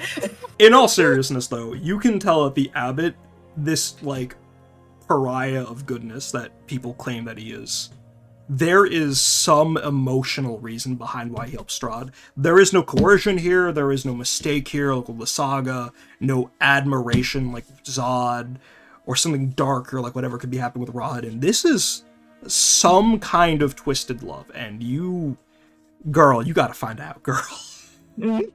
Girl, you need it. As you're all just sitting there in the dark, Ringo's next to you all as well, also joining Jericho on the whole, like, I could shoot him right now, but have the inkling I'd miss no matter what. The process is finished, and as you see Strahd's like muscle, his fibers formed, his skin begins to wrap around it, and then his arm just sort of juts out the skeletal prosthetic through his palm as it falls flat onto the table. He stretches, flexes the arm out a little bit, and says, "Ah, yes, Abbot, this is just as good as usual. Now, before I go," as he, like, reaches into his pocket and then just pulls out a through, like a bag of holding, right? Like he's pulling out Acme style. He pulls out a severed Pidalwick's head. "I require more units. The Dusk Elf pup seems to be very eager to cut these down when I send gifts to him." Abbot says, "Yes, I'll get to work creating a new batch for you, sire. Is there anything more I could do for you before you leave?" "Ah, yes, to remind you, you said you were working on something new for me. Could I..." The Abbot sort of like hops back in realization that he's forgotten something completely, much like the DM, and he'll go, "Strahd, guests of Strahd," as he turns to face you, "please remain seated. I will bring back our savior." As the Abbot will return to the darkness, and Strahd at this point will just get up from the stage as it's no longer his turn. He'll come down to little chairs in the operating theater and stare at all of you, wondering if it's okay for him to sit next to you, and then going off to sit in a row, like in a section to the left of you all. As the Abbot returns with a hooded figure, you can see some sort of glowing blue light beneath the cloak. The Abbot faces you all and spreads his hands and arms wide and goes, "Strahd, I present to you your new bride, my dear daughter Vasilica." And the figure will undo its cloak as, I'm not going to post this in the chat as you've already seen her, our little flesh golem, our little character I drew, our Aegis-inspired character, Vass. I'll put her on screen right now.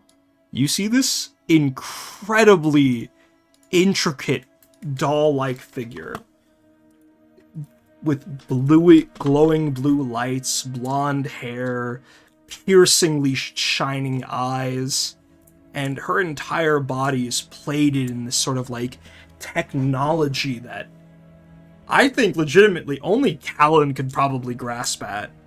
You see on her chest a glowing red heart as the spotlight thins onto her specifically, and she begins to dance like a clockwork ballerina, twisting and turning in a way only she can. Oh yeah, I should pin that. Thank you. I pinned it. Don't worry. Thank you. But yeah, the lights refracting off of her crystals, the lighting dancing across her, what you can only imagine to be her skin. Her head is all too inviting, all too warmly reminding of something humanoid, but as you stare down, the veins coming up from whatever suit, body that's been warped around her, you can see the way her, like, two little pegs where her feet should be are dancing, the way her body twists and turns. She's a doll, nothing more, for your entertainment. She completes the dance, and the Abbot stands up and then just kind of like starts clapping and then looks at you all very sternly to clap for his daughter. Everybody's just looking in disgust at this whole thing. This is just so profoundly fucked up to her. Strahd will then walk on stage to enter the spotlight with her as, like, the Abbot looks very proud. And then Strahd will stare down at her heart. And then he begins to choke her. And the Abbot, like, has this sort of surprised expression.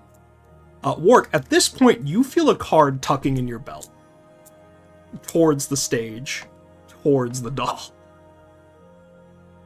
Gambit that shit to her. Protect her. Yep. She bought Mega name for herself. He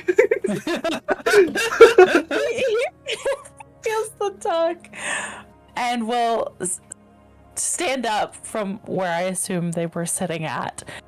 It's like going to draw his great axe and like be like, "Stop it!" And will rush towards the stage. Yeah, he's gonna do it. He's gonna rush. Yeah, you can rush to the stage if you want. You can take a swing at Strahd as part of this if you'd like. I'd give it to you. Yeah. Can I do it? Yeah. Roll the hit. I want to see where Bestie's luck takes her. Oh gosh, it has not been that great, but I won't. Oh, you're not allowed to roll above a 10. Gosh, terrible. I'm really sorry. I need a quick second here. I'm sorry, guys. You're fine. Okay, it's just me. It's me. You're cursed with the burden of 2s. You're It's cursed with the so burden of bad. being our Sith. You are. Yes. Someone has to carry the heavy burden. The proverbial barbarian burden. Yes. You just It need is to get reckless attack, like Shoddy, Yes. by taking the advantage to avoid this. I'm so sorry about that. My father came in and asked me to send an email on his phone. You're alright. good. Alright, off of 9. I will say that, like, Strahd is not armored. He is not trying to dodge. You can hit him if you want. But as your axe cleaves into his arm, it stops. It's that fresh new arm, and it kind of just stops. Like, you're, like, putting pressure against his skin. It's like those, like, unpuncturable, like, things they use in medical training, where, like, you're pushing down. You're just seeing the sort of, like, flesh bounce, like bend around it. As Strahd will turn to you and go, "I'm sorry, Warwick. I'm just getting rid of this thing. Could you be a dear and go back down for me?" Let her go. As he lets go and the doll sort of like falls limp on its knees, he'll turn to you and go, "I don't think you quite understand what's behind this thing, but give me your reasoning. Can't just be for the goodness of your heart you'd come up here like that. There must be some sense of desperation."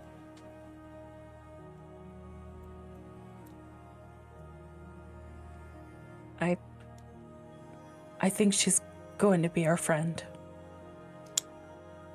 He like looks down towards the cards on your belt, sees one shuffling. Oh, you could have just led with that. I see. Oh, dear Abbot. You'll have to give her to them.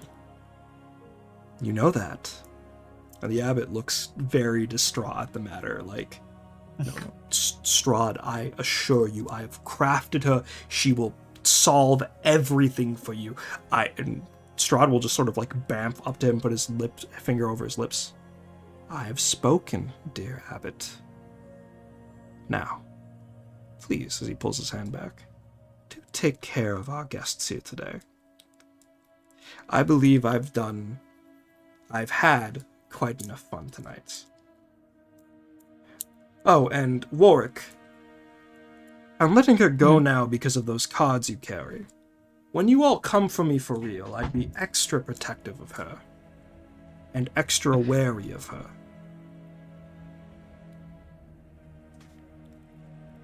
Next time, my swing won't miss. It'll get that arm.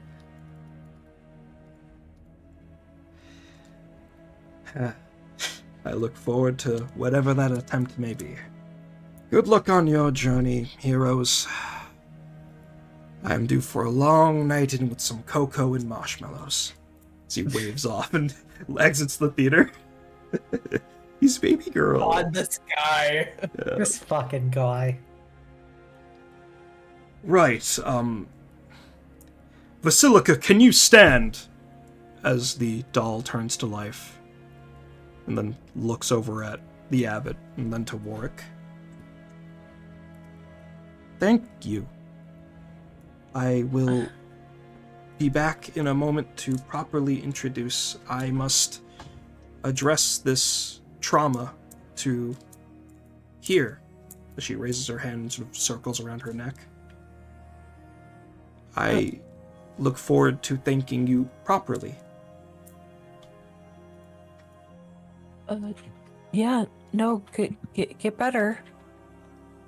It will bend and bow for a little bit before turning around and hobbling off into the darkness of the stage. The abbot will speak up. Right, I am sorry. That is not at all how I expected things to go. Forgive me if, I'm sorry, I need a moment. You have no need to apologize for Strahd mistreating you. It's simply what he does. I'm well aware of how that man treats me, but, well, we all have strange things to be motivated for. Regardless, Cloven, the fool, informed me some of you... Oh, and looks to Kallan. Oh, right. Yes, how could I forget? Sorry, I've been scatterbrained as of recent. I've been traveling. Please, I'm where you, dear Kallan, and thank you, Warwick. You, too, would like me to take a look at you both. Correct? Or, well, I mean, you would like me to take a look at you, and I would like to take a look at you, as he points back to Kallan. Kallan quirks an eyebrow. It's like, is that what this is about? Yes, Yes. Is Rahadin, you know, the one that serves Strahd, seemed awfully sure about this whole situation. And given knowing Strahd here, and how welcome he is, I'm a little bit hesitant if I'm not to lie about anything.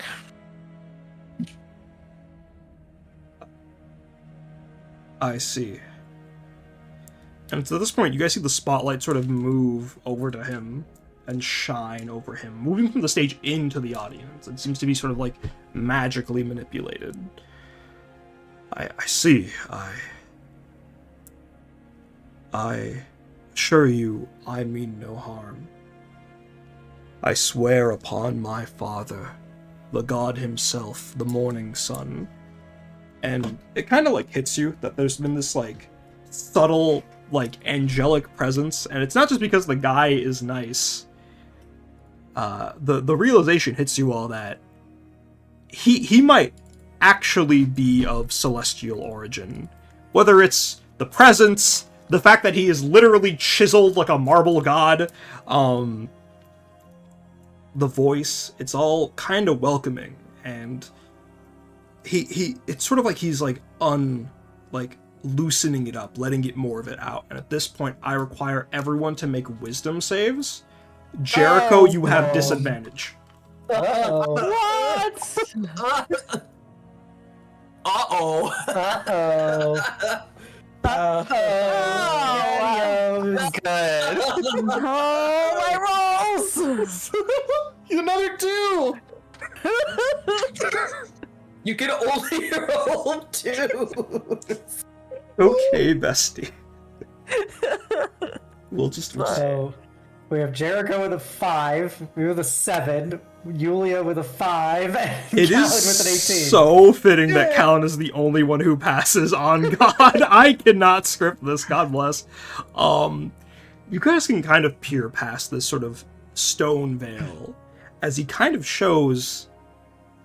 I think Jericho would be the best way to describe this to.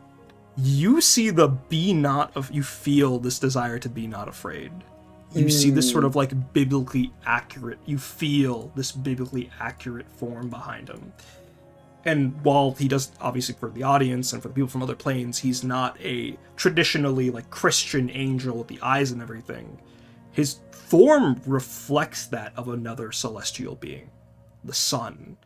There's these sharp angles, these exact designs behind his existence, the gears turning that you can see behind the stone.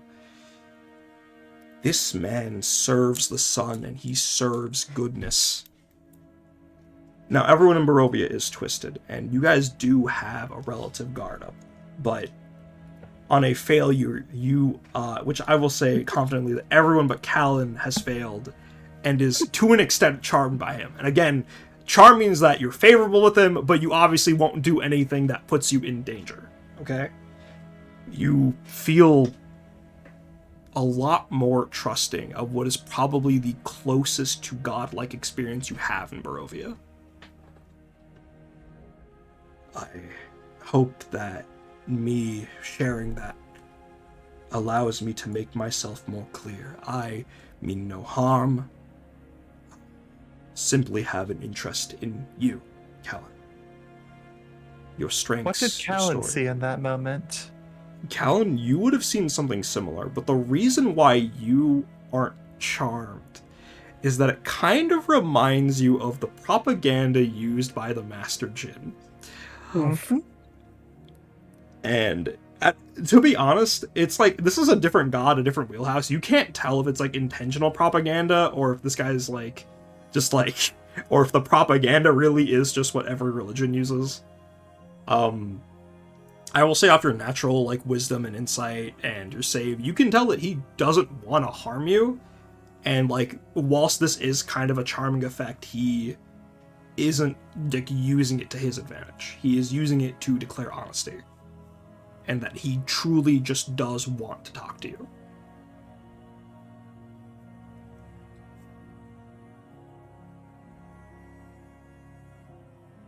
I apologize if that experience was unsettling. I know some of the Barovians are a bit more fearful for me when I open up like that. How about this?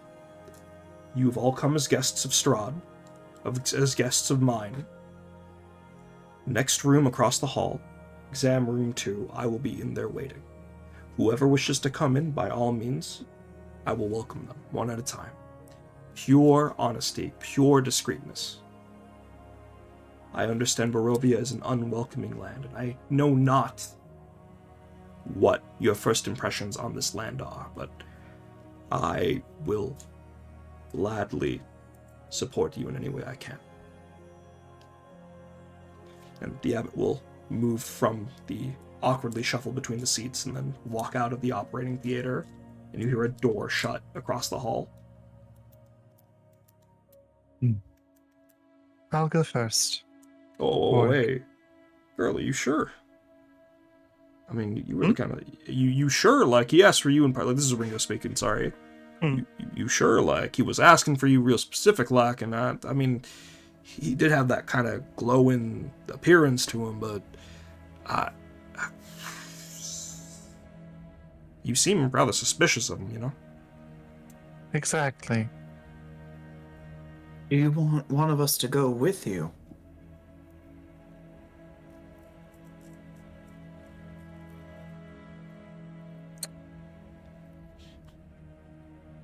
I think that is a good idea. Jericho? Would you mind? Not at all.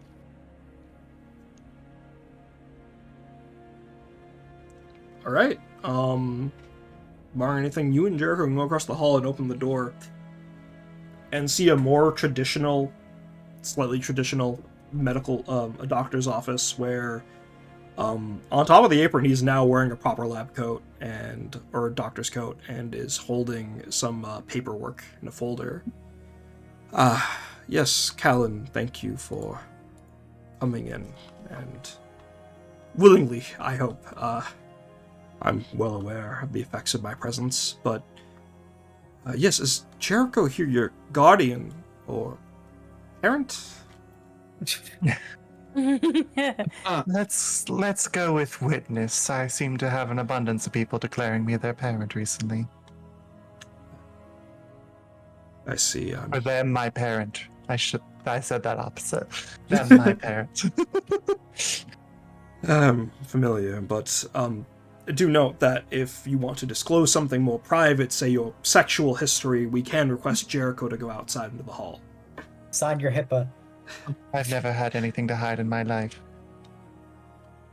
Right, and one last thing to ensure complete discretion as he hoists up a lead box onto one of the desks, and he puts his book in it, and you can see on the front of the book is the same symbol of the Morning Lord that you all saw in Valaki at the temple that is run by Milivaj.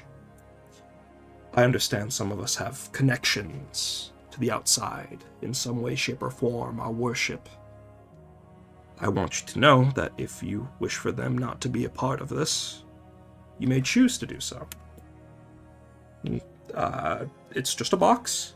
It's not going anywhere. You're not losing them. I need to be separate from my father for things like this, for work like this. I'm gonna narrow her eyes.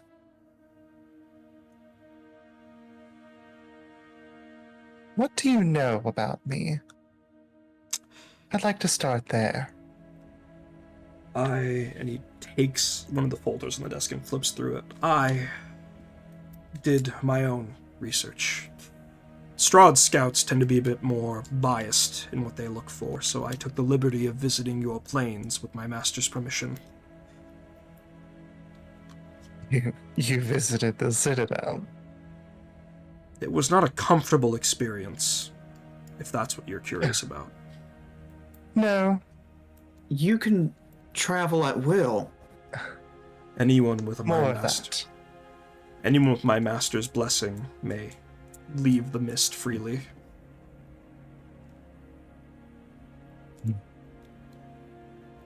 And did they welcome you there with open arms? I'm well aware of how hostile certain planes can be, so I took various precautions. Jericho, if it's of any interest of you, I had to stay a little more cloistered in your plane than the others. I I bet you did.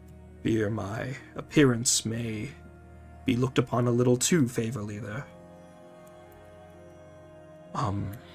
Regardless, I had gone there because I was curious about what kind of lands you grew up in, what sort of factors, made you, Kallan.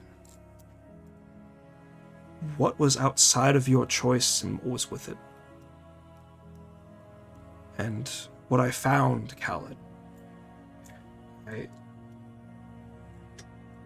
I was never more reminded of home.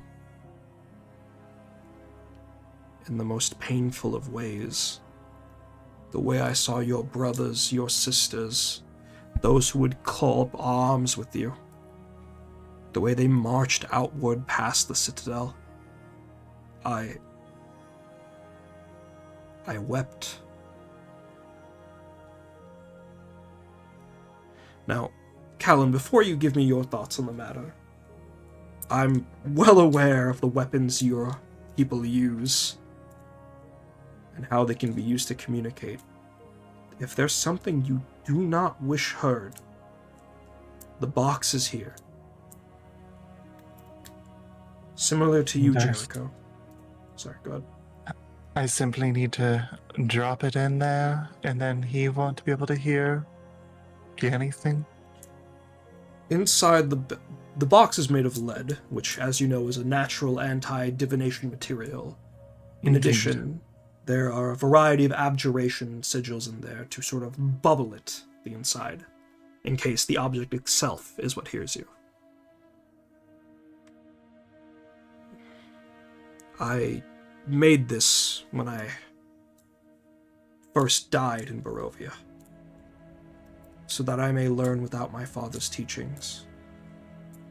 I only took him out of it once I was ready to stand against what he's written for me.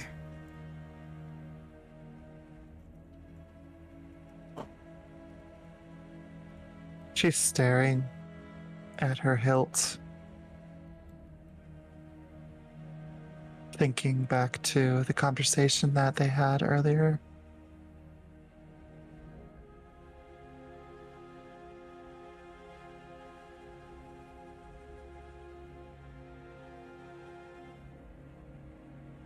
My thoughts are my own, and she'll just put it in the box.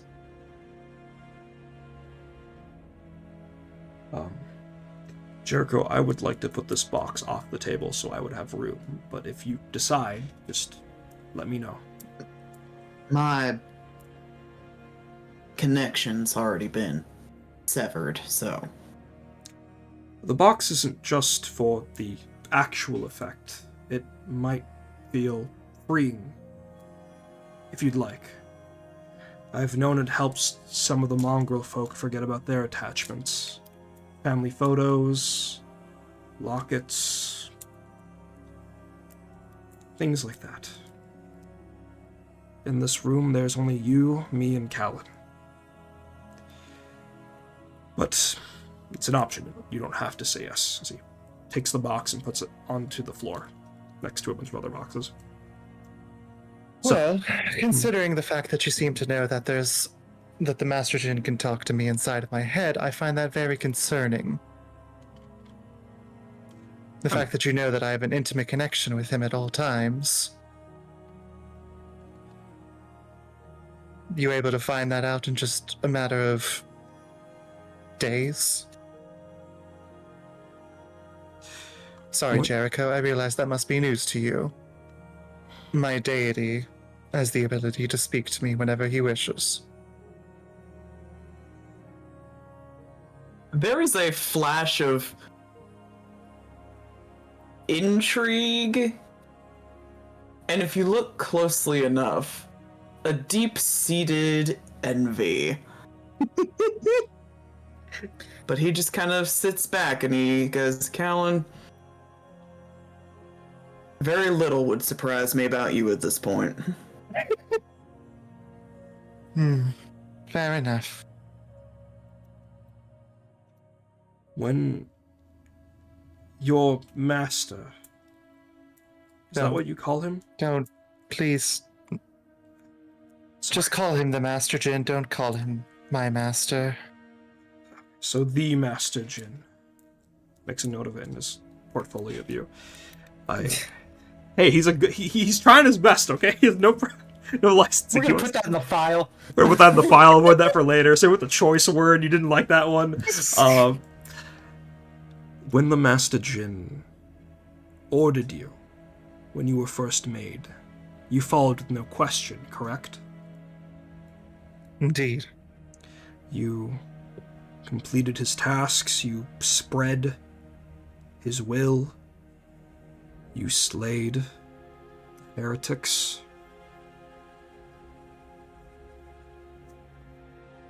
I did. Did he send you here?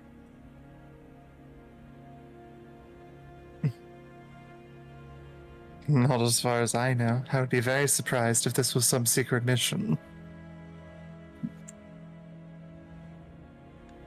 Kallan, I wept seeing your citadel and your siblings march off to die. Because I know what it's like to be used and abandoned by a god. You think any god would send one of his angels here? Or something that could be completed?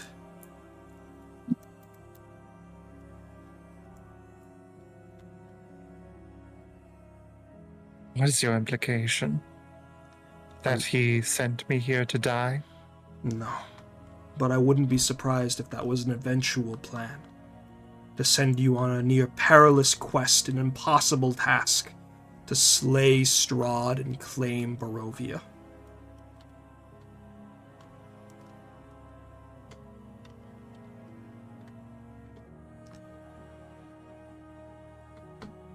The reason I reached out to you so, Kallan, is I see you taking those same steps I did. And I don't want you to fall like I did, to be broken and shattered and put back together again. I am a kind soul, Kallan, and with that comes the familiarity with pain, the scars I wish not to see upon your face, your heart. I've seen the way you look at some of the others with your friends. Even in such a brief time, I know there is pain there in that love.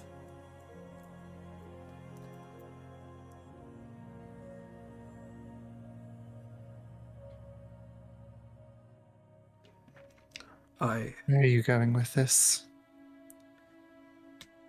When I came to Barovia, I was blind and naive. The sun, it kept my eyes from seeing more. I was sent to these lands by my master, the Morning Lord, to slay Strahd and to save its people, to bring its people under his will. I failed. Were it not for my lord's wanton desires, I would have died. But he himself put me back together. He took me and showed me the lands. He showed me the darkness, what it hid, what I was so eager to burn away. Do you know what the gods hold over us, either of you?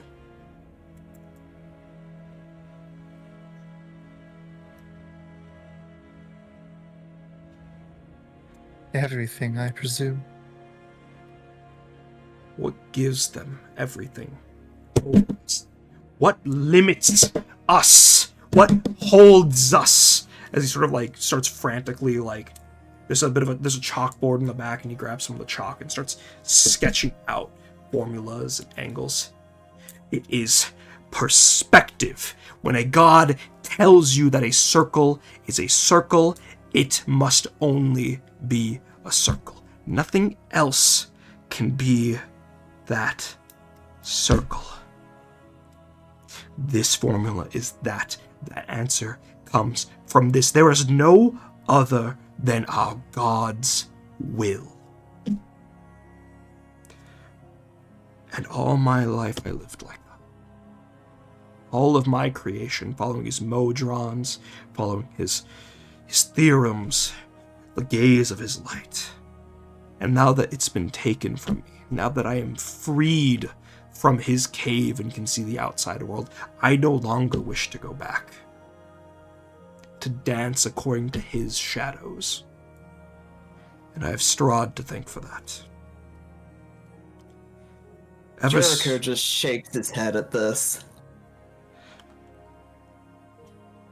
You can disagree with me. I know it's a disgusting angle to take from your perspective. That's the beauty of it.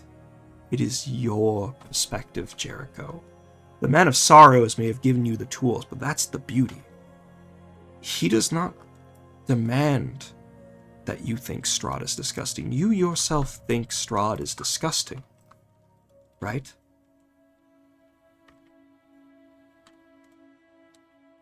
I think Strahd is disgusting because he is an affront to nature. He's a killer.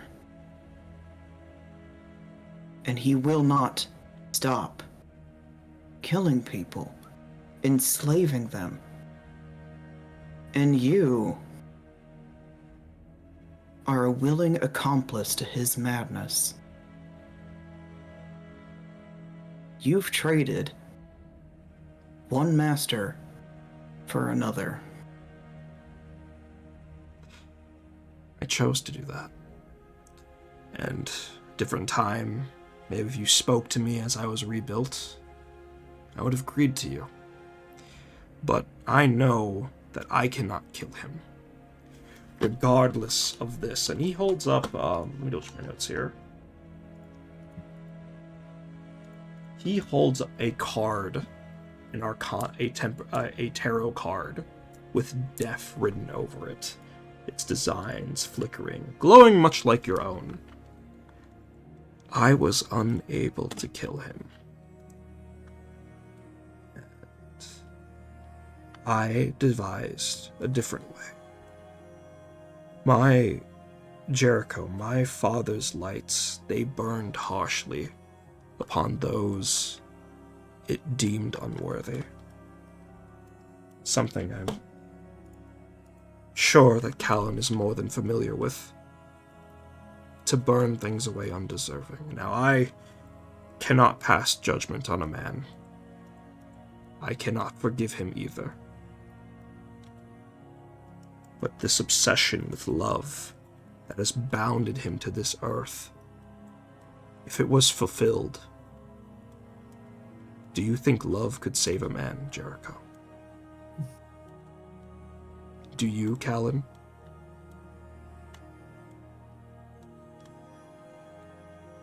That implies there's anything left of Strahd to be considered a man. Well, I will leave that discovery up to you. I'm afraid he is more than happy to be closed off to myself. Regardless, Kallan, I invited you here because I want to see you surpass where I went. I want to see if a creation can truly step outside of its creator's boundaries. Your magic is bound by a pact, is it not? One that I was born with, correct? If I gave you the opportunity to bypass its wording, to usurp or take back that power, what would you say to that?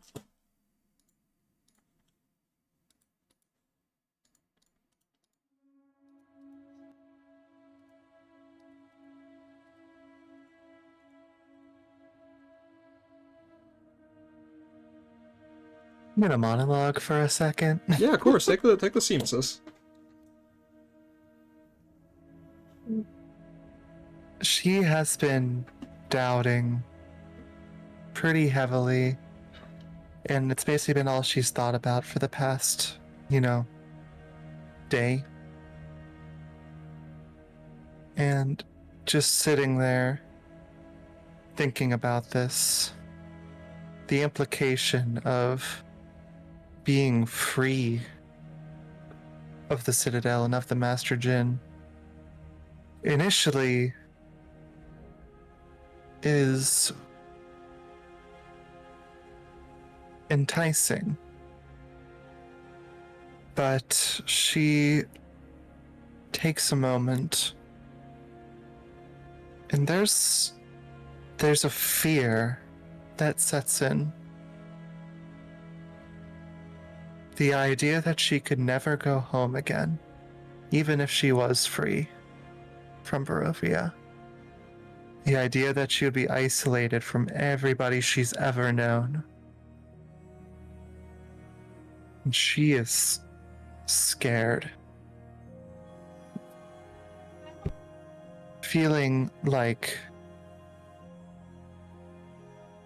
there's no path backwards and potentially no path forwards, whichever way she looks. As she has given the Master Jin, or the figment of the Master Jin, just about every sort of fuel that he could possibly need to think that she is compromised.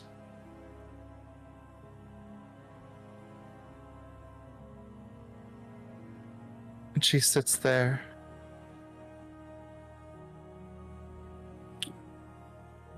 and just says,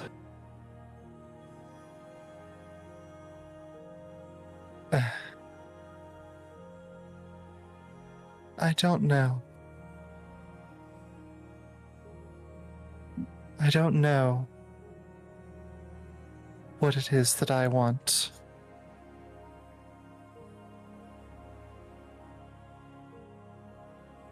I don't see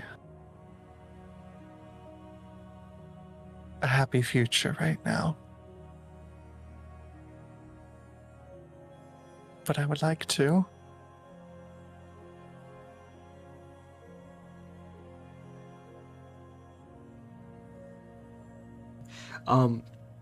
The abbot smiles in response to that, in like a warm way, not a sinister way. I see. That desire is but a first step, Kallan, to deciding what you want to see, to realizing it. Let me tell you both a story that I think you might enjoy. You see, back when Barovia was first founded, Strahd was, much like he is today, not looked upon favorably by the residents of this valley. And when he had gone too far and became the Dark Lord, its people rose up in rebellion, led by a saint of my own father, Saint Markovia. She was the one who led the charge, storming into the castle after the eventful night that caused all of this. She had stormed up and up, chased him down, and walloped him with not what more than a cudgel, reinforced by her zealous fury and wrath, with power that she had wielded and taken from my own father, for her righteous cause.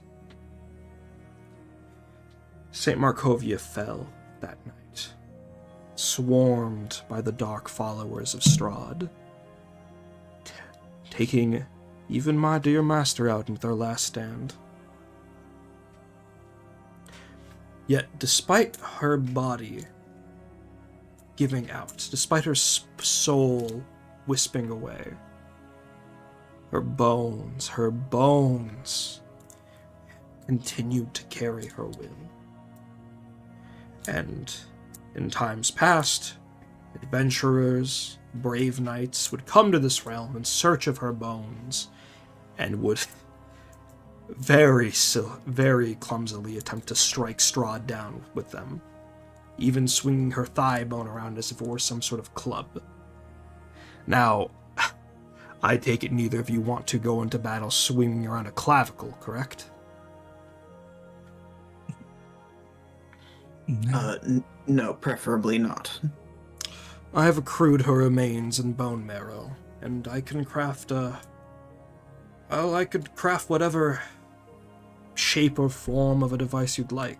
Think of it as a medical prosthetic. There are those who suffer from poor circulation and would often wear rings or anklets or other devices to sort of control it. I seek to use her will, her power, and take it and hand it off to you, Kallan, to see what you decide to see. To give you that very freedom she had to storm that castle. Why would you grant a boon to someone you know is going to try to kill your master? Strahd wants you to at least try. And if you succeed, I can only presume that that was what he wanted, or that's what he would be okay with. Much like you seek to end this curse through violence, I sought to end it through love, through an offering. Basilica, the one you met, was not my first attempt, but she's the closest to my formula, to my answer. Nevertheless, if you end this curse, I have the strange feeling that it would still be good for Strahd.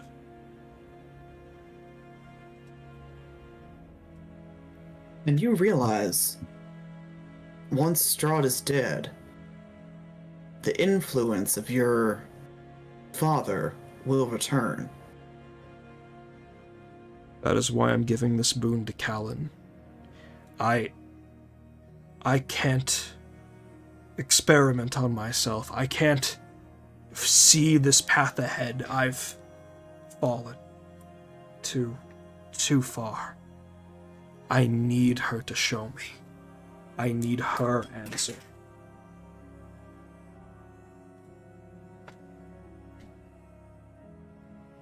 So, Kallan?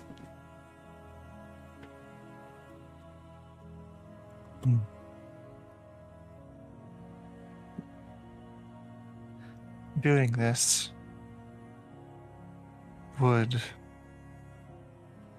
cut off the Master Jin? Is that what you're implying? No. Pact as ingrained as that can't simply be removed, like a tumor. I'm giving you a workaround, a prosthetic.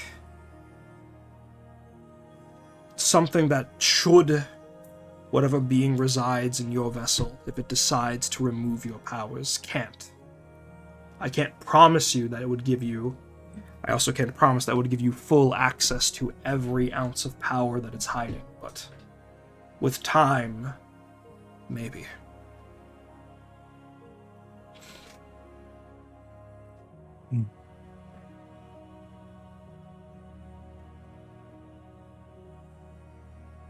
He looks over to Jericho.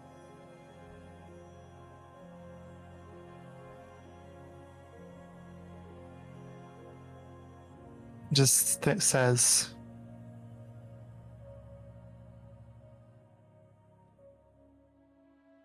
I think he's telling the truth.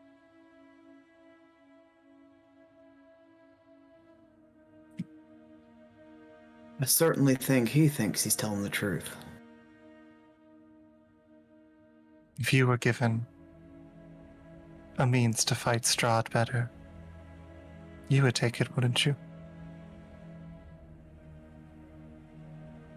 He just kind of gives a pretty soft but unreadable expression. Just no. No, I wouldn't.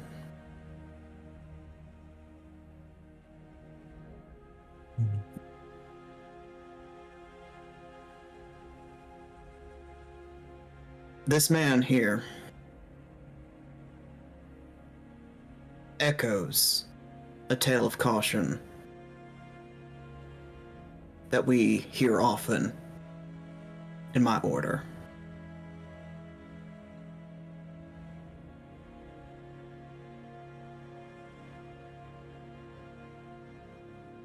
But I can't speak for you, Kallan, and what you think is right.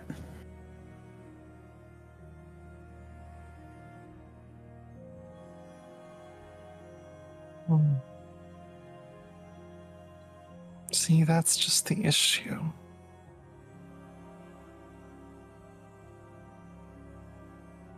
I've spent my whole life in service to a being that told me what to do.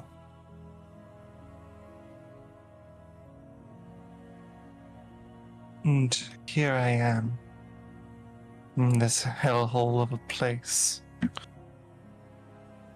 Just unsure of really any decision I've ever made, both here and now and in the past.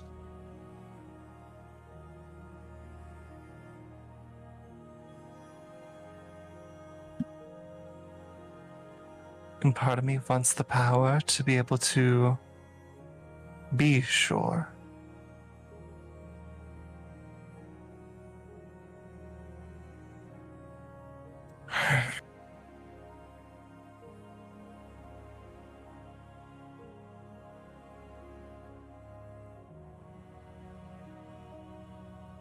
Think about making decisions, Kallan.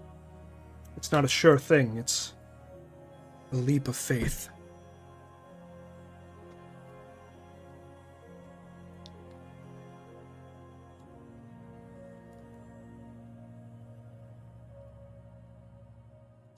no matter what decision I make, I think I potentially already damned myself in the eyes of the Master Jin.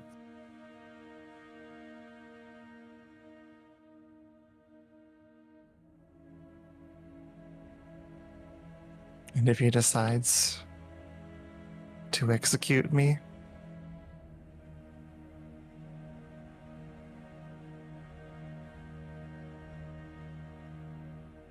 I think I want at least a little bit of the power to fight back. Because he could take away everything from me right now.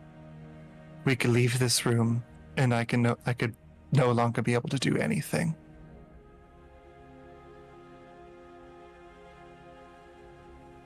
And whether or not that was a mistake that I made when I set my hilt down there, I suppose it's just a decision that I'll have to live with. A choice that I made.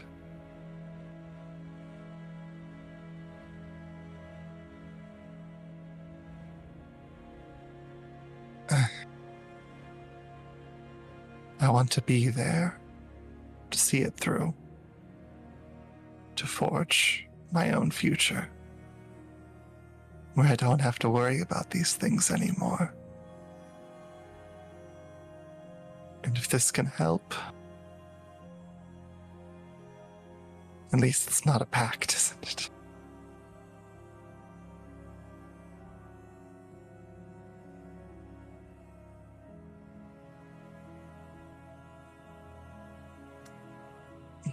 Can I take that as a yes?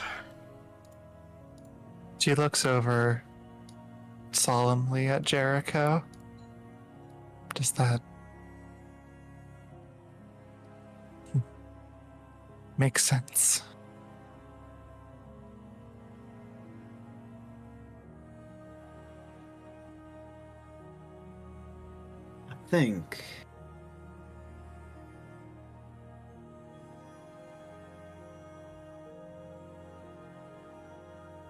I think there's little shame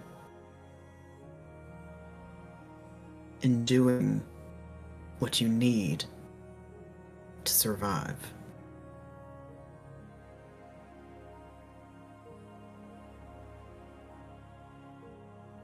I'm not doing this to survive.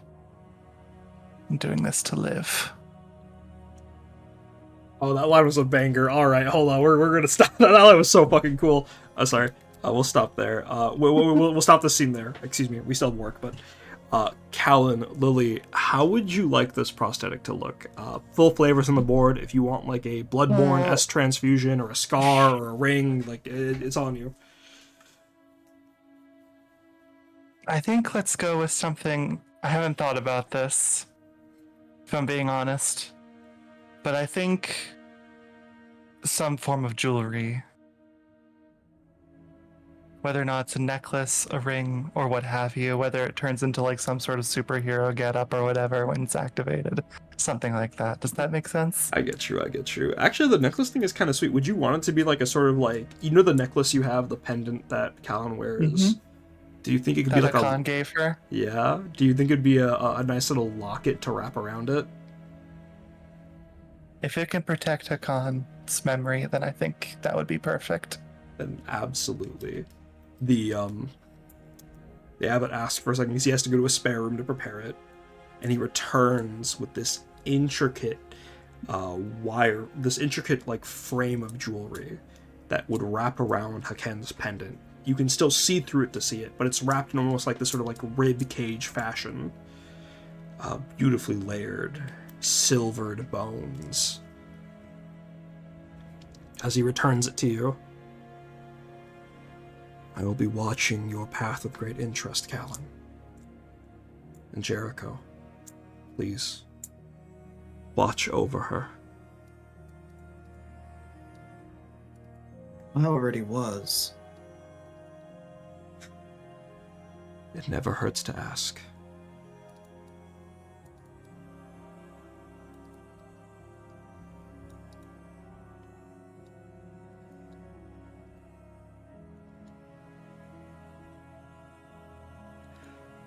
Alan will just clutch the pendant tightly.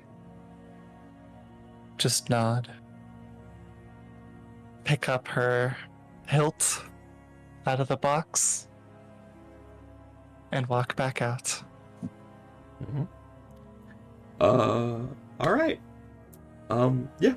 So, did somebody else want to come talk to the abbot real quick for a little bit of a wellness check?